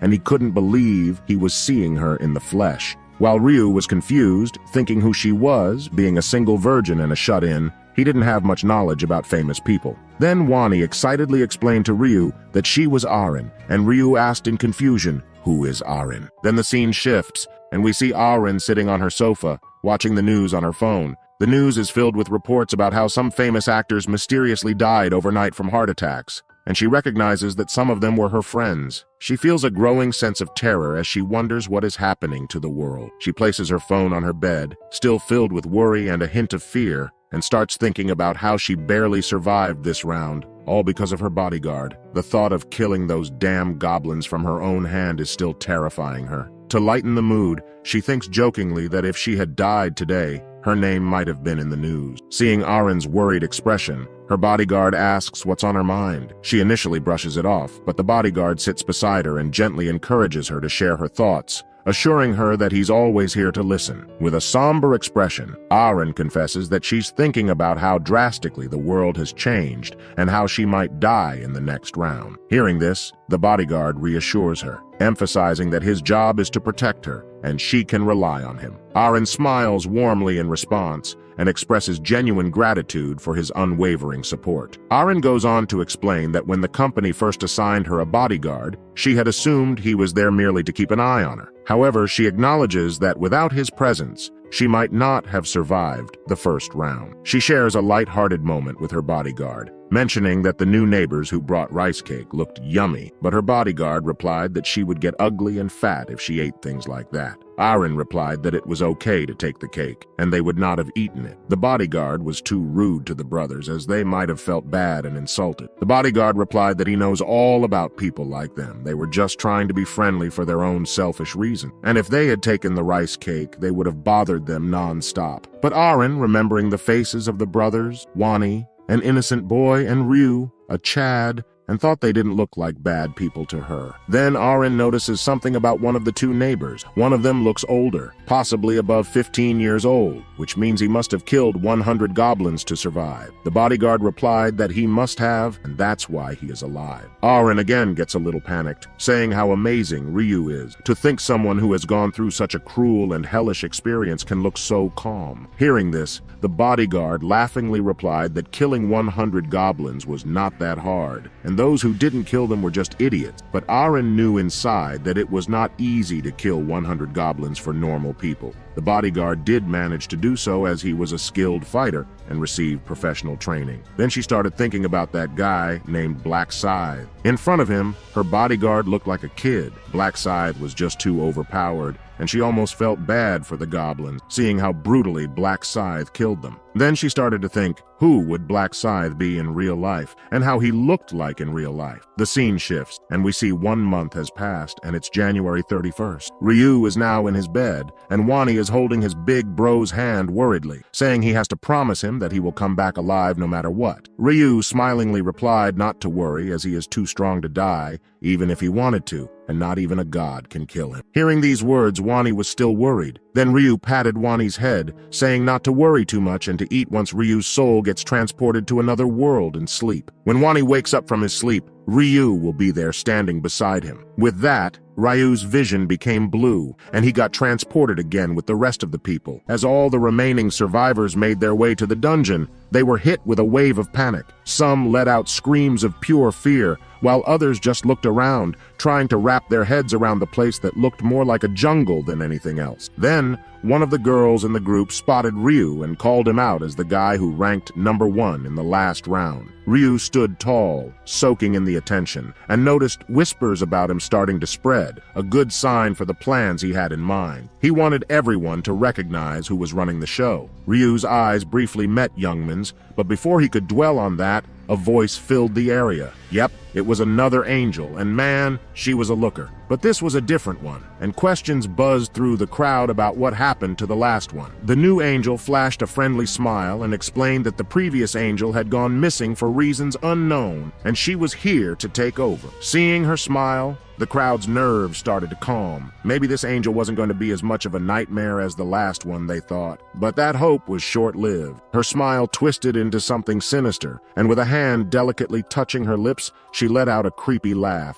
She was stoked, ready for some fun after a long time. With a casual flick, she handed down the new quest. They had to pick a zone leader in 3 hours. Seeing this, everyone got confused, but then they noticed that all the people in this round can pass, unlike the previous round where half of them died. The angel noticed the confused looks on the players' faces and with a smile, decided to break down the quest for them. She explained that this round wasn't about fighting. Everyone could make it through just by picking a zone leader. The chosen leader would have the power to command anyone in their zone to do anything they wanted, from crawling on the ground to dropping dead. "Isn't that an awesome skill?" she asked, looking around at the player. As she laid out the details, a guy with green hair listened intently, and another dude, all muscles and a tattoo on his neck, seemed pretty annoyed. The angel wrapped up, saying that in 3 hours, she'd be back for the vote to decide the leader. The green-haired guy, a little shaky, raised his hand and asked if it was really that simple. Just vote for a leader,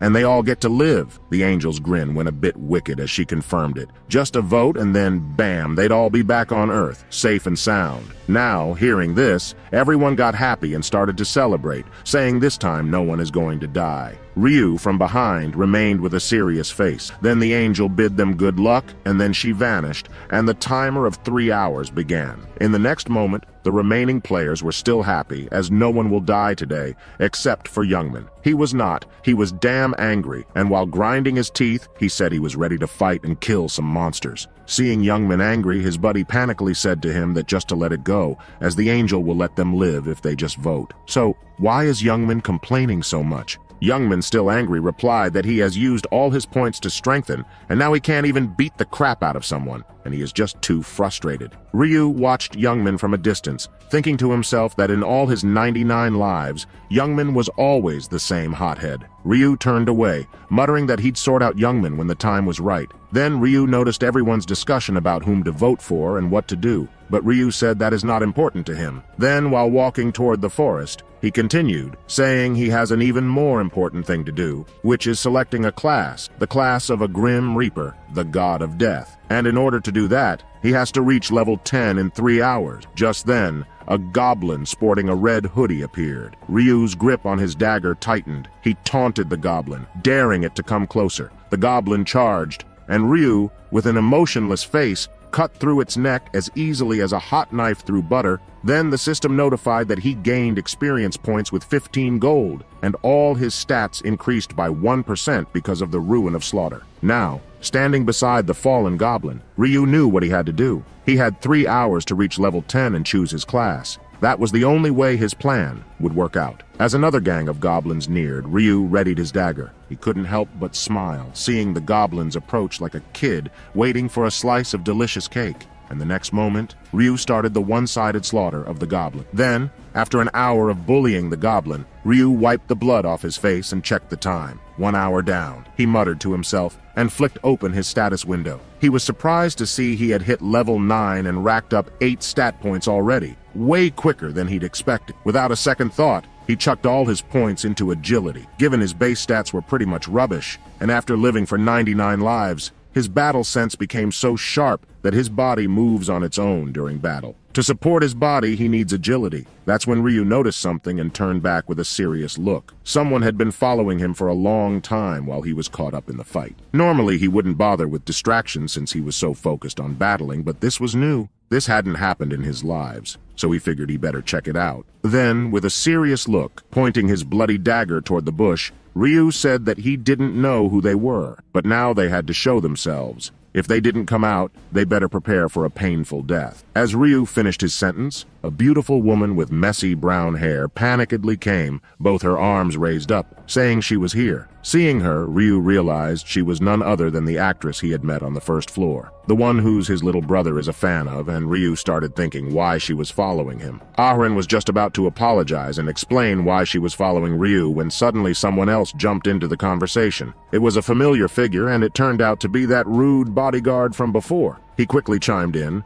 apologizing and making it clear they hadn't been tailing Ryu for any bad reasons. He just wanted Ryu to take it easy. Ryu caught a glimpse of the bodyguard's nickname, Sangcheol, and his reaction was immediate. His eyes went wide as he recognized the name. Sangcheol was the trusted right-hand man of Gyeonrok, the eldest son of Korea's largest corporation, who was also known by the fearsome nickname Heavenly Demon. He is one of the people Ryu wants to recruit into his team, along with a priest who was rumored to have the power to bring the dead back to life. Ryu hadn't expected to bump into Gyeonrok's right-hand man so soon, and it made him wonder why such a guy would be protecting Arin. Then, it hit him. The priest might just be this skinny, innocent-looking girl right in front of him. Keeping his cool, Ryu's voice dropped as he asked them straight up why they were following him. They admitted they had been on his trail since he first set foot in the forest. Arin seemed a bit nervous as she explained, saying she had a proposition for him. With a hopeful smile, she said she wanted to team up with Ryu and asked if they could join forces. Hearing this,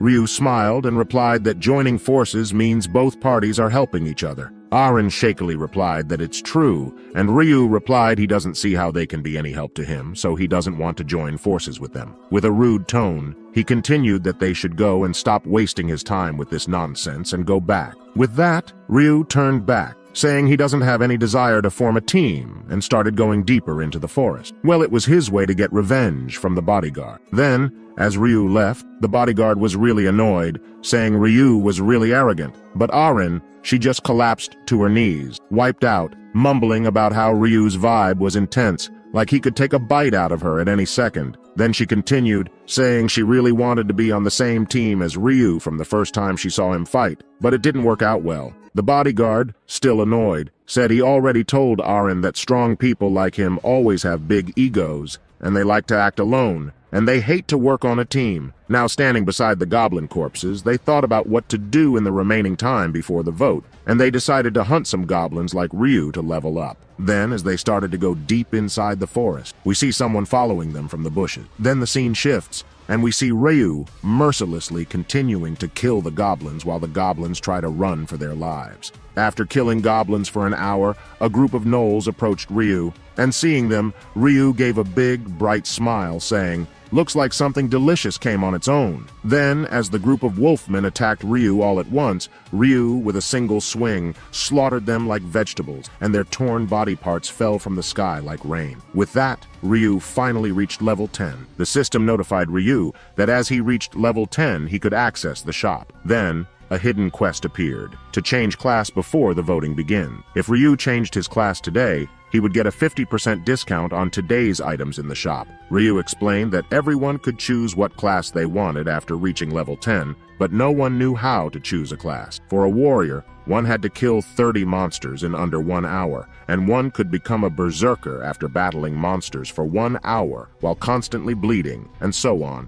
And after continuously grinding for God knows how much time, Ryu gathered this knowledge. After that, Ryu held the angel's special juice in his hand. He started to absorb it, and a bright yellow light surrounded Ryu. The system notified Ryu that he had changed his class to Grim Reaper, and he got 3 unique abilities. First, when he is wielding a scythe, his attack increased by 2. Second, when he is fighting at night, his speed will increase by 50%. And lastly, at night, all his senses will increase greatly. But it was not enough, so the system gave Ryu a Grim Reaper scythe to change his class, making him the first in the entire world. Then the system notified Ryu that he had reached the apprentice rank from beginner rank. Ryu explained that there are 6 ranks in total, starting with beginner, then apprentice, then regular, then expert, then master, then grandmaster. And with each rank comes a unique skill related to the class. As Ryu reached the apprentice rank, he acquired the skill Seal of Death. Using this,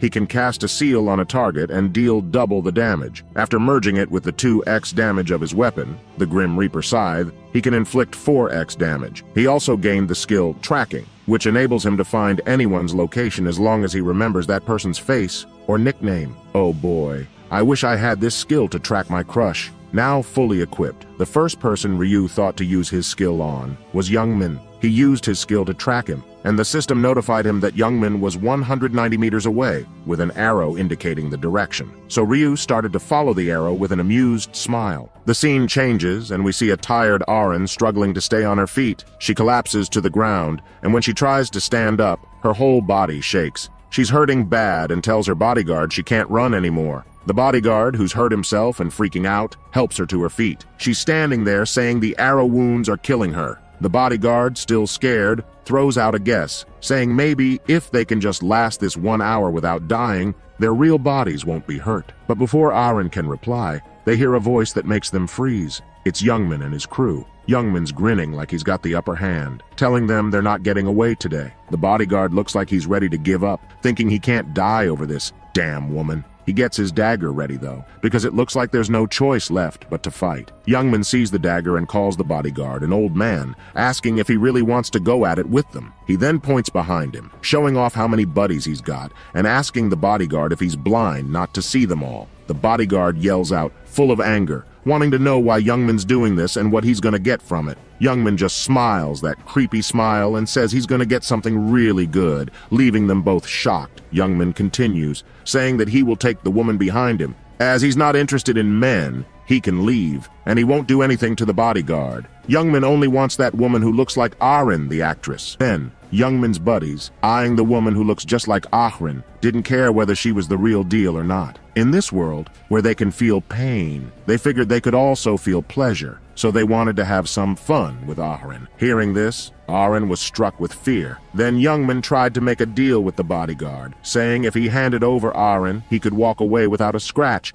and they'd return Auron unharmed after they had their fun. That way everyone's happy, he said. The bodyguard was torn. If he'd known they were after Auron from the get-go, he would have ditched her and saved his own skin. He was in this for the money after all, and his life was worth more than any job. But the fear of the heavenly demon being angry if he failed his duty to protect her made up his mind. He squared up, ready to throw down. Seeing this, Youngman got a kick out of the old man gearing up for a fight. The bodyguard tried to reason, saying that what they were planning was a crime, but Youngman just laughed it off. "Who's gonna punish us?" he jeered. "No one knows what we really look like or who we are in real life." With their backs against the wall, the bodyguard and Auron braced themselves, trying to figure out their next move. Then, out of nowhere, someone else shows up, and it's none other than the god of death, Ryu, just chilling under a tree, watching the whole showdown unfold. Youngmin saw Ryu, and panic flickered across his face, wondering what he was doing there. Then Ryu asked Aren what they were doing there,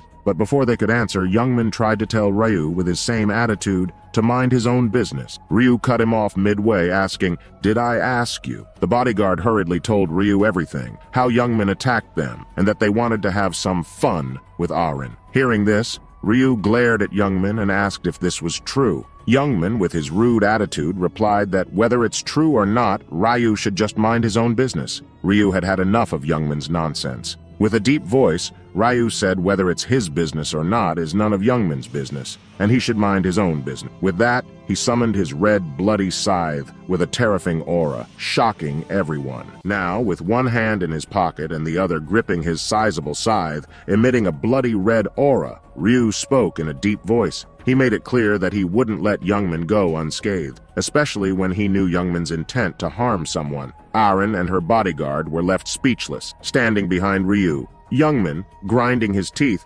witnessed Ryu coming to Aren's aid. Aren and her bodyguard expressed their gratitude to Ryu for saving them. However, Ryu didn't play the hero out of the goodness of his heart. He had his motives. Turning back, he explained that by saving Heavenly Demon's right-hand man, they would be indebted to him. This, Ryu believed, could help him achieve his future plans. Plus, he already had plans to take care of Youngmin, making it like killing two birds with one stone. As Ryu slowly approached Youngmin, the latter grew scared. With a shaky voice, Youngmin hesitantly warned Ryu not to come closer, threatening to kill him. Noticing a scared look on Youngmin's face, Ryu, with a sly smile, teasingly asked if Youngmin didn't want to throw down, mentioning he was itching to test his powers. So guys, today's goal is 3,000 likes. Please like and subscribe to support the channel. Now let's continue. Youngmin, annoyed and scared, wondered who in their right mind would try to pick a fight with Ryu, the one who slaughtered goblins like vegetables and ranked first in all the regions. Before Youngmin could say anything, a realization struck him. However,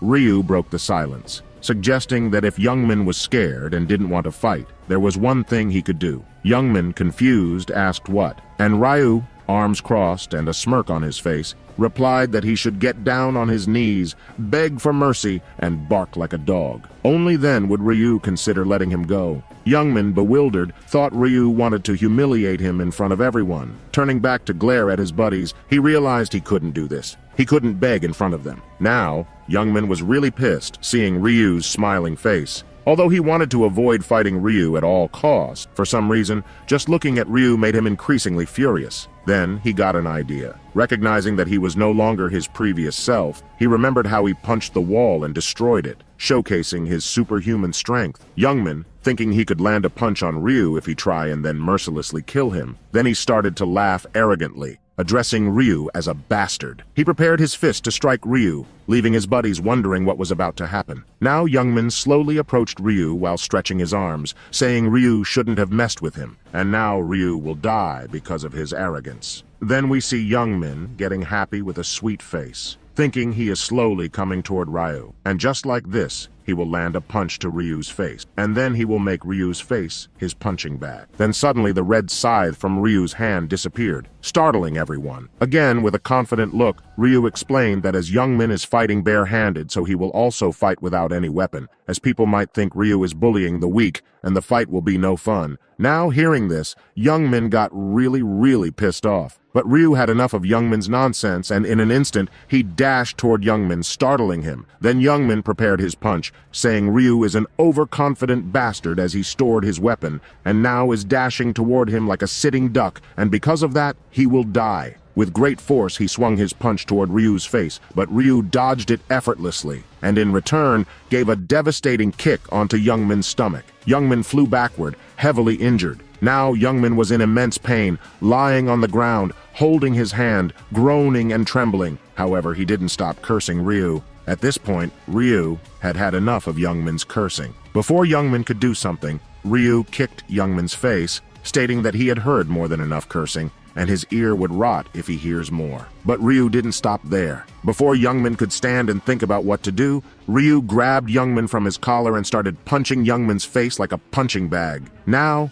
Youngman was in too much pain, feeling like he would die from the pain. He wondered how the hell his fist could hurt this bad. It was like being beaten by a hammer. At that moment, Youngman realized Ryu's fists were as strong as his, and on top of that, Ryu was also lightning fast. Just then, Ryu prepared his heavy punch, and bam, Youngman was done for. His vision was getting blurry, and his buddies prepared their bows and weapons toward Ryu, launching an arrow toward Ryu's head. Seeing this, Aaron shouted in panic, warning Ryu to dodge it. However, Ryu, being the god of death, couldn't die with this lousy arrow, and he swiftly dodged it. Seeing this, the bow guy panicked, but before he could prepare another arrow, Ryu, with his lightning-fast speed, dashed toward the bow guy. Although the bow guy launched his arrow, it didn't hit Ryu, and in an instant, Ryu came behind him, shocking him. Ryu expressed his admiration for how skilled the bow guy was with his bow. Then, with a swing, Ryu mercilessly ripped the bow guy's hand, and he started to scream intensely. Seeing this, the dagger guy and the bald guy,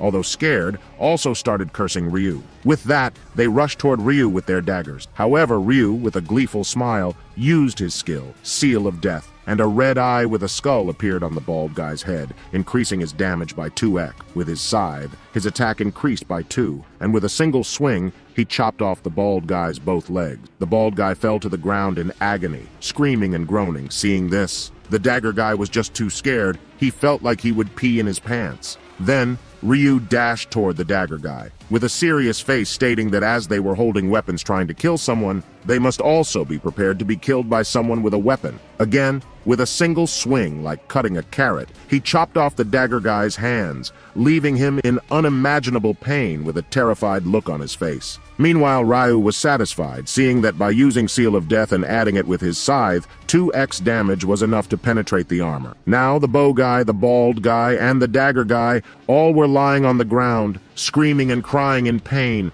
while trembling. Seeing them, Ryu thought it was not enough for him, so he once again slowly started to walk toward them. Then, we see Ryu had slowly made multiple deep cuts on their bodies, slowly torturing them. At that moment, the pain was so intense that they started to beg Ryu to just kill them, as dying was more bearable than this hellish torture. But Ryu didn't stop there, and with a swing, he separated the blood from his scythe, saying to stop crying like a baby as he wasn't going to kill them. Now, seeing how terrified the trio was, Ryu's job was done. He didn't intend to kill them from the start. He just wanted to show them what might happen if they messed with him, as he had future plans for Youngman and his crew. Turning back towards Youngman, who cowered behind a tree with a swollen face and a bloody nose, Ryu declared that hiding was useless. Not even a god could save him now. With a swift swing of his scythe, Ryu chopped off Youngman's right hand, causing blood to spatter like a fountain. Youngman, left in unimaginable pain,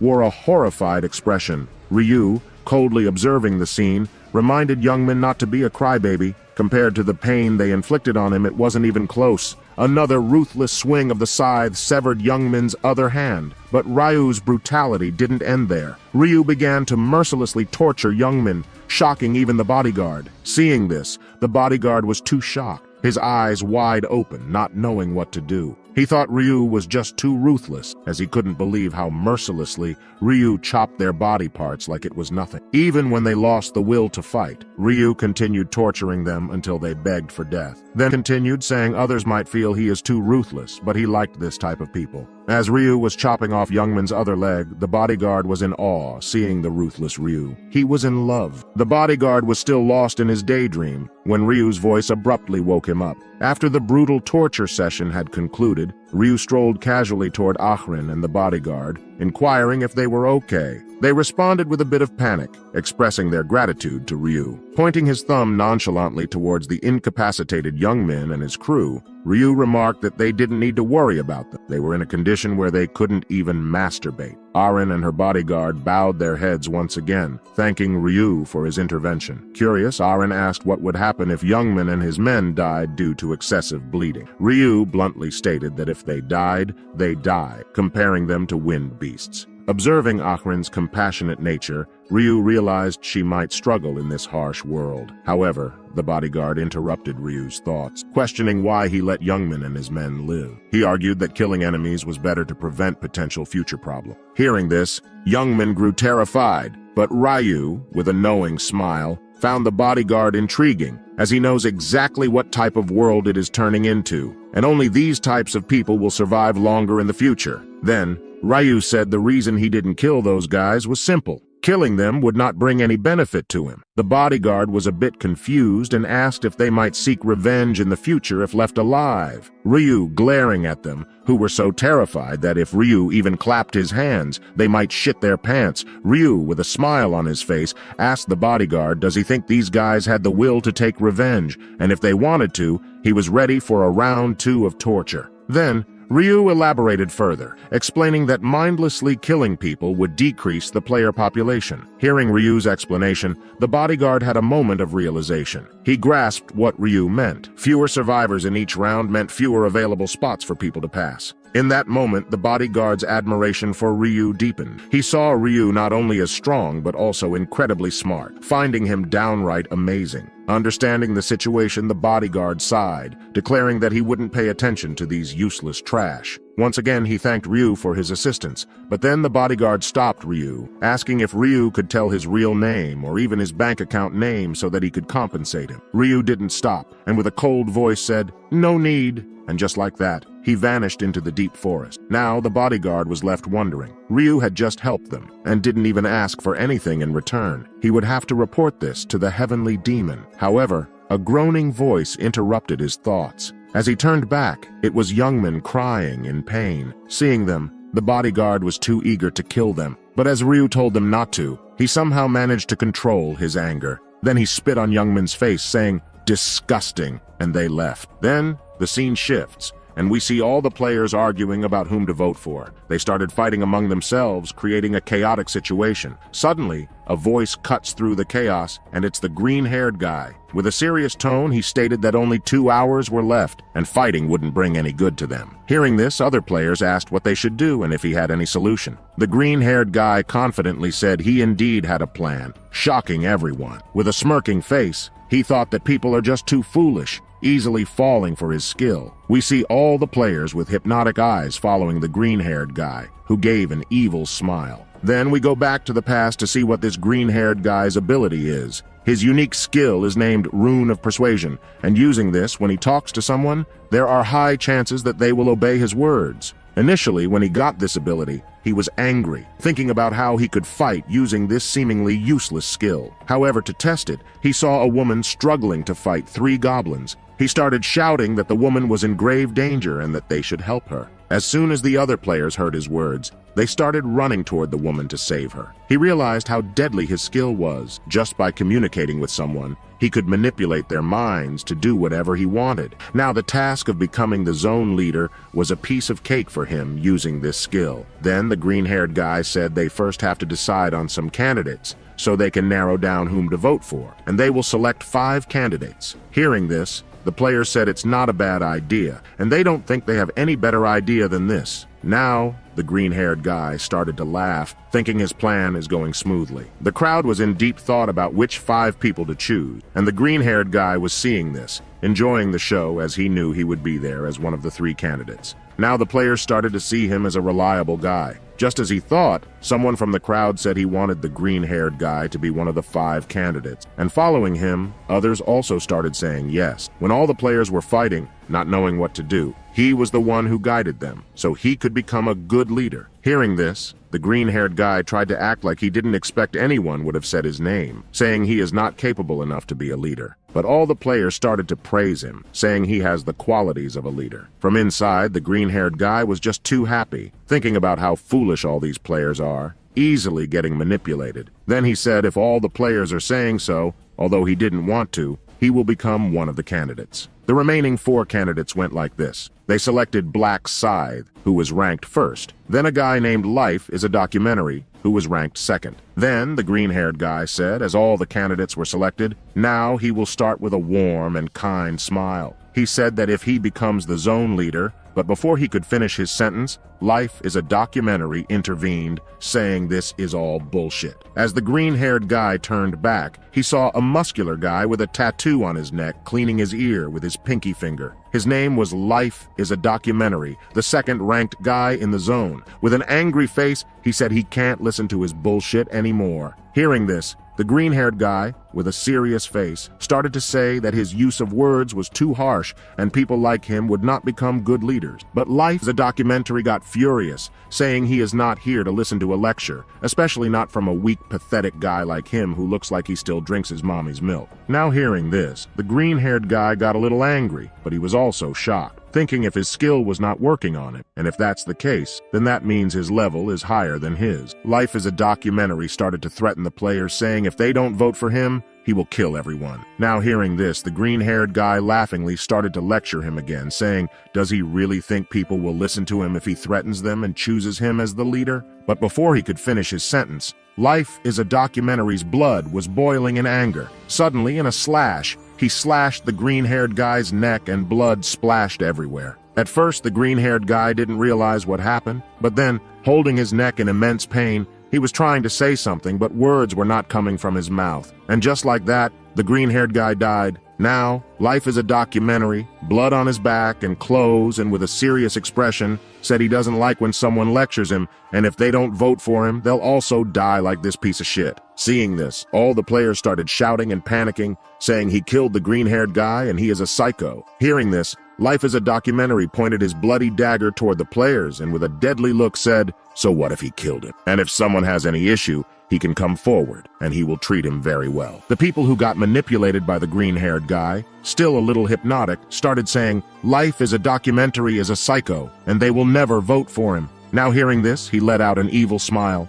In a flash, he dashed toward them and started slaughtering them. After a while, his whole face and clothes got covered in blood, and he was very happy and excited, killing people without worrying about the corpse. The thought that he can kill as much as people without anyone stopping or arresting him excited him even more. Then he started to laugh with a wide smile and a bloodthirsty look, thinking, now with that, everyone will vote for him. Once he becomes the zone leader, the first thing he will do is kill that arrogant bastard Black Scythe. Meanwhile, Ryu was just chilling and killing some goblins, leveling up to level 16. Now he was a bit disappointed because when he reached level 16, even after killing 200 monsters, he didn't level up at all, as the level of monsters is not higher than 10, so the experience is too low to level up anymore. But then, the 3 hours passed, and a yellow light covered Ryu's entire body. In the next scene, we see everyone slowly getting transported to a different place. Some players were dead, while some were scared, and some were heavily injured. Seeing these horrible scenes, the bodyguard and Aren were shocked and speechless, wondering what the hell just happened here, and why there are so many dead and injured people. Meanwhile, Ryu from behind, seeing this, thought just like always,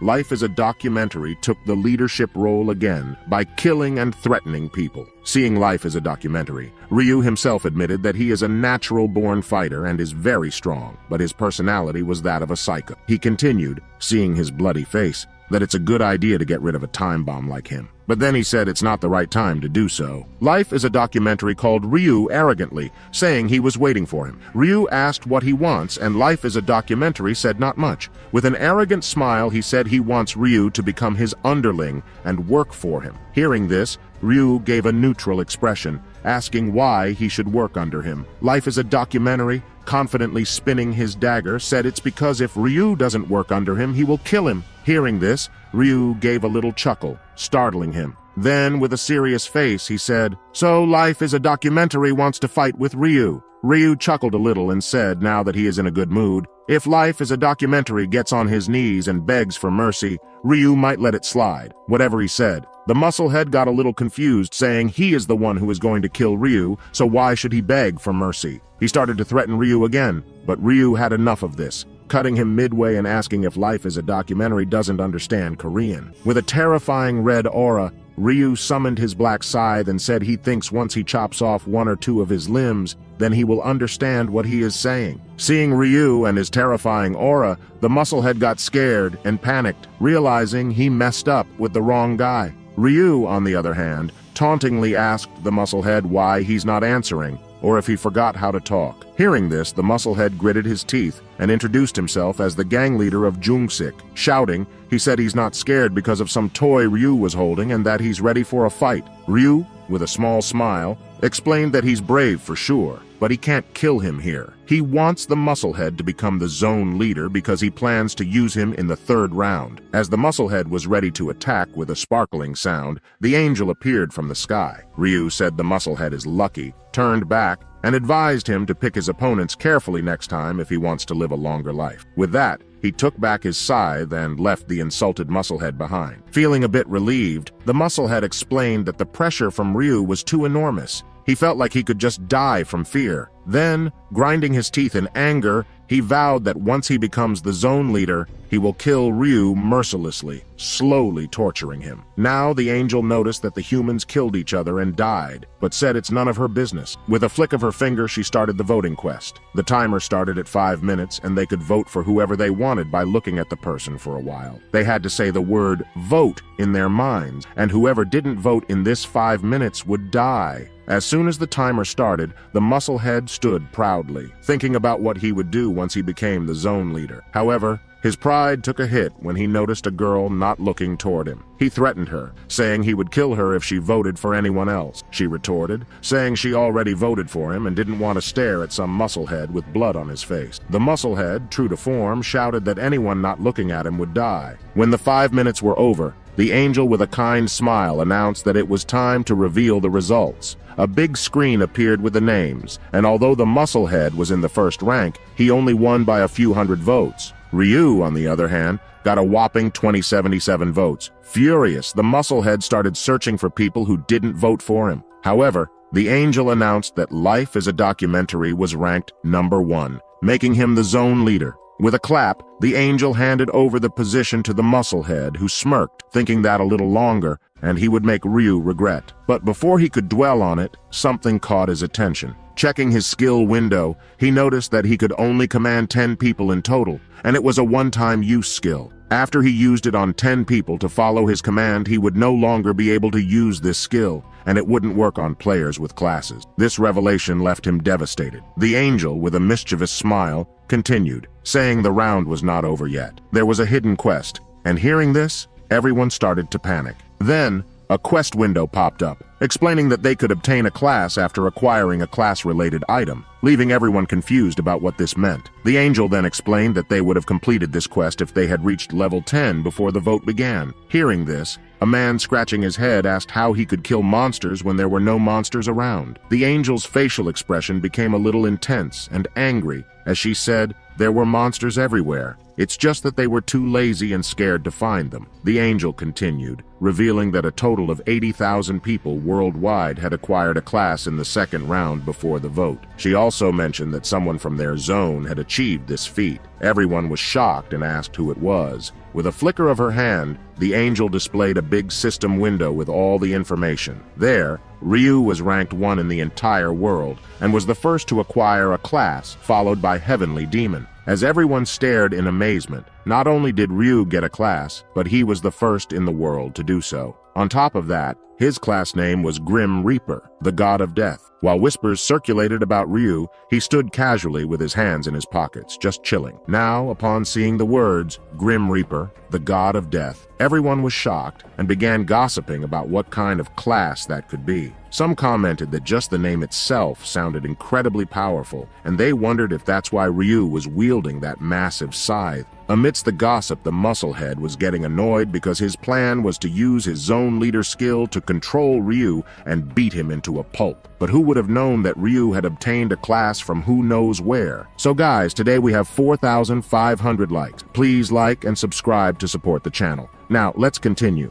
The angel explained that this ranking was based on who changed their class first. When the angel saw the system window and noticed that Ryu was not only the first in her zone to change his class, but also the first in the entire world, she praised him. Ryu had obtained his class in only 39 minutes and 42 seconds, which was remarkable. The angel mentioned that the Grim Reaper class was a hidden class, and only one person in the entire world could obtain it. After that, the class would disappear. Interestingly, Ryu's name, Black Scythe, matched perfectly with his class. With a mischievous smile, the angel even asked if Ryu could see the future or something like that, implying that his name matched his class too perfectly. Ryu, ever cool and composed with a neutral face, explained that he didn't know anything about it, and that obtaining the Grim Reaper class was purely coincidental. As they continued their conversation, the other players noticed that the angel was not talking rudely to Ryu, unlike her usual demeanor. Ryu smiled to himself, realizing that this angel was unaware of the process by which he obtained the Grim Reaper class. She only knew he was a Grim Reaper, and Grim Reapers were the natural enemies of the angel. Now, upon hearing Ryu's answer, the angel slowly placed her hand on her lips, showing interest. Her expression took on a somewhat naughty look, as she couldn't believe someone from her zone had acquired a class.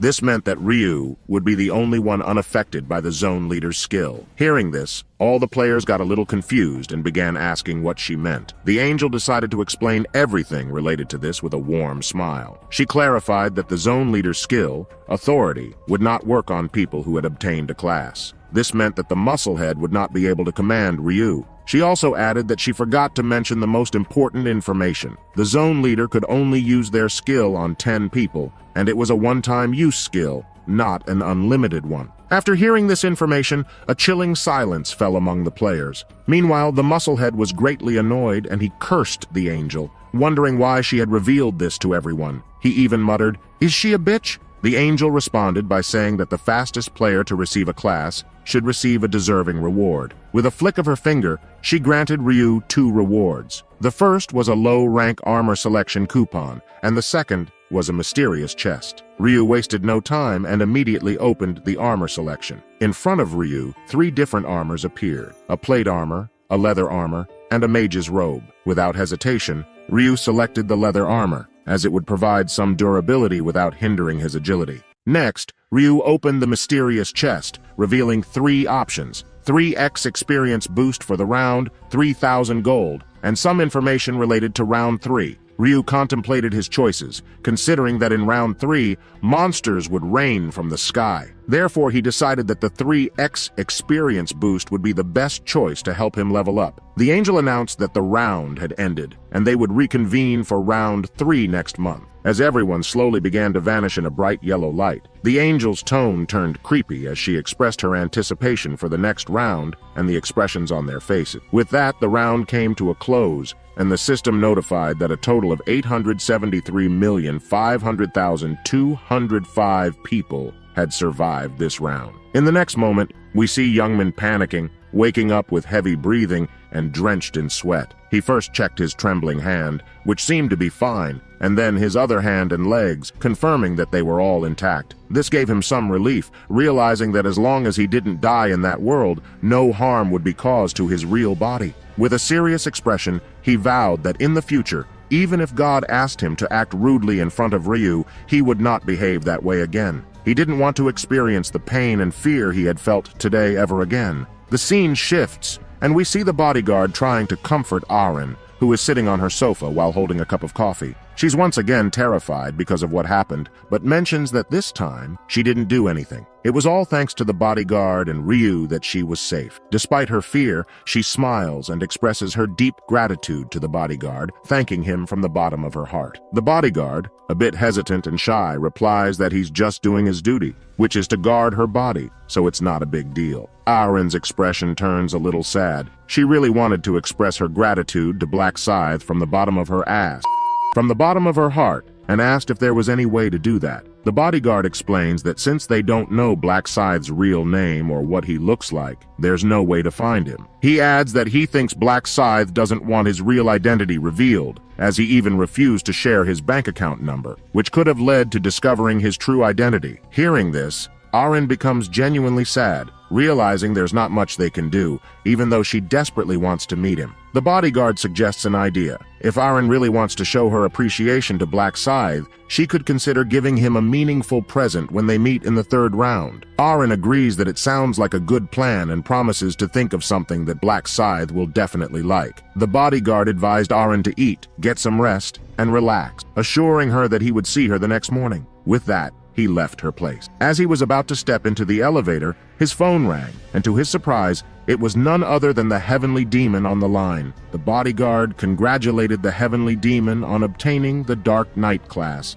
The Heavenly Demon downplayed it, asking about how the bodyguard and Arin were doing. The bodyguard, a bit hesitantly, explained that due to an unfortunate incident, he and Arin had only managed to reach level 8. Fortunately, no one had suffered serious injuries. Upon hearing this, the Heavenly Demon's tone became more serious. The bodyguard, while heading towards his car, mentioned that he was on his way to meet the Heavenly Demon and would provide a detailed report in person, as it was a long story. In a deep voice, the Heavenly Demon inquired if it was related to Black Scythe, to which the bodyguard affirmed. The Heavenly Demon instructed the bodyguard to come to his hotel, expressing a strong desire to hear every detail related to Black Scythe. As the bodyguard entered his car, someone was observing him from a distance, and that someone was none other than Ryu. Rewinding time by 10 minutes, we find Ryu waking up from the dungeon, with Wani sound asleep beside him. Ryu wasted no time and immediately activated his tracking skill, anticipating that the first thing the bodyguard would do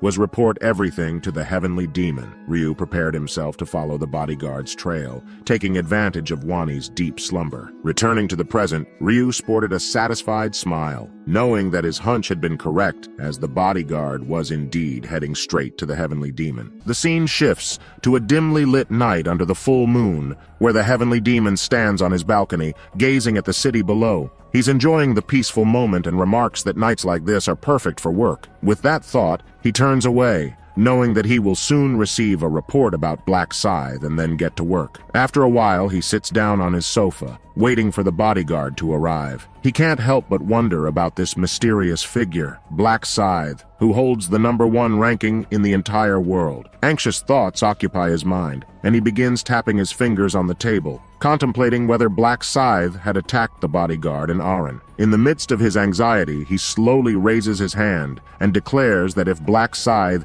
dared to harm his people, he wouldn't let him go unpunished, no matter his world ranking. At this moment, we finally get a glimpse of the Heavenly Demon's face. He sits with a dead serious expression, clad in a black suit, holding a glass of wine in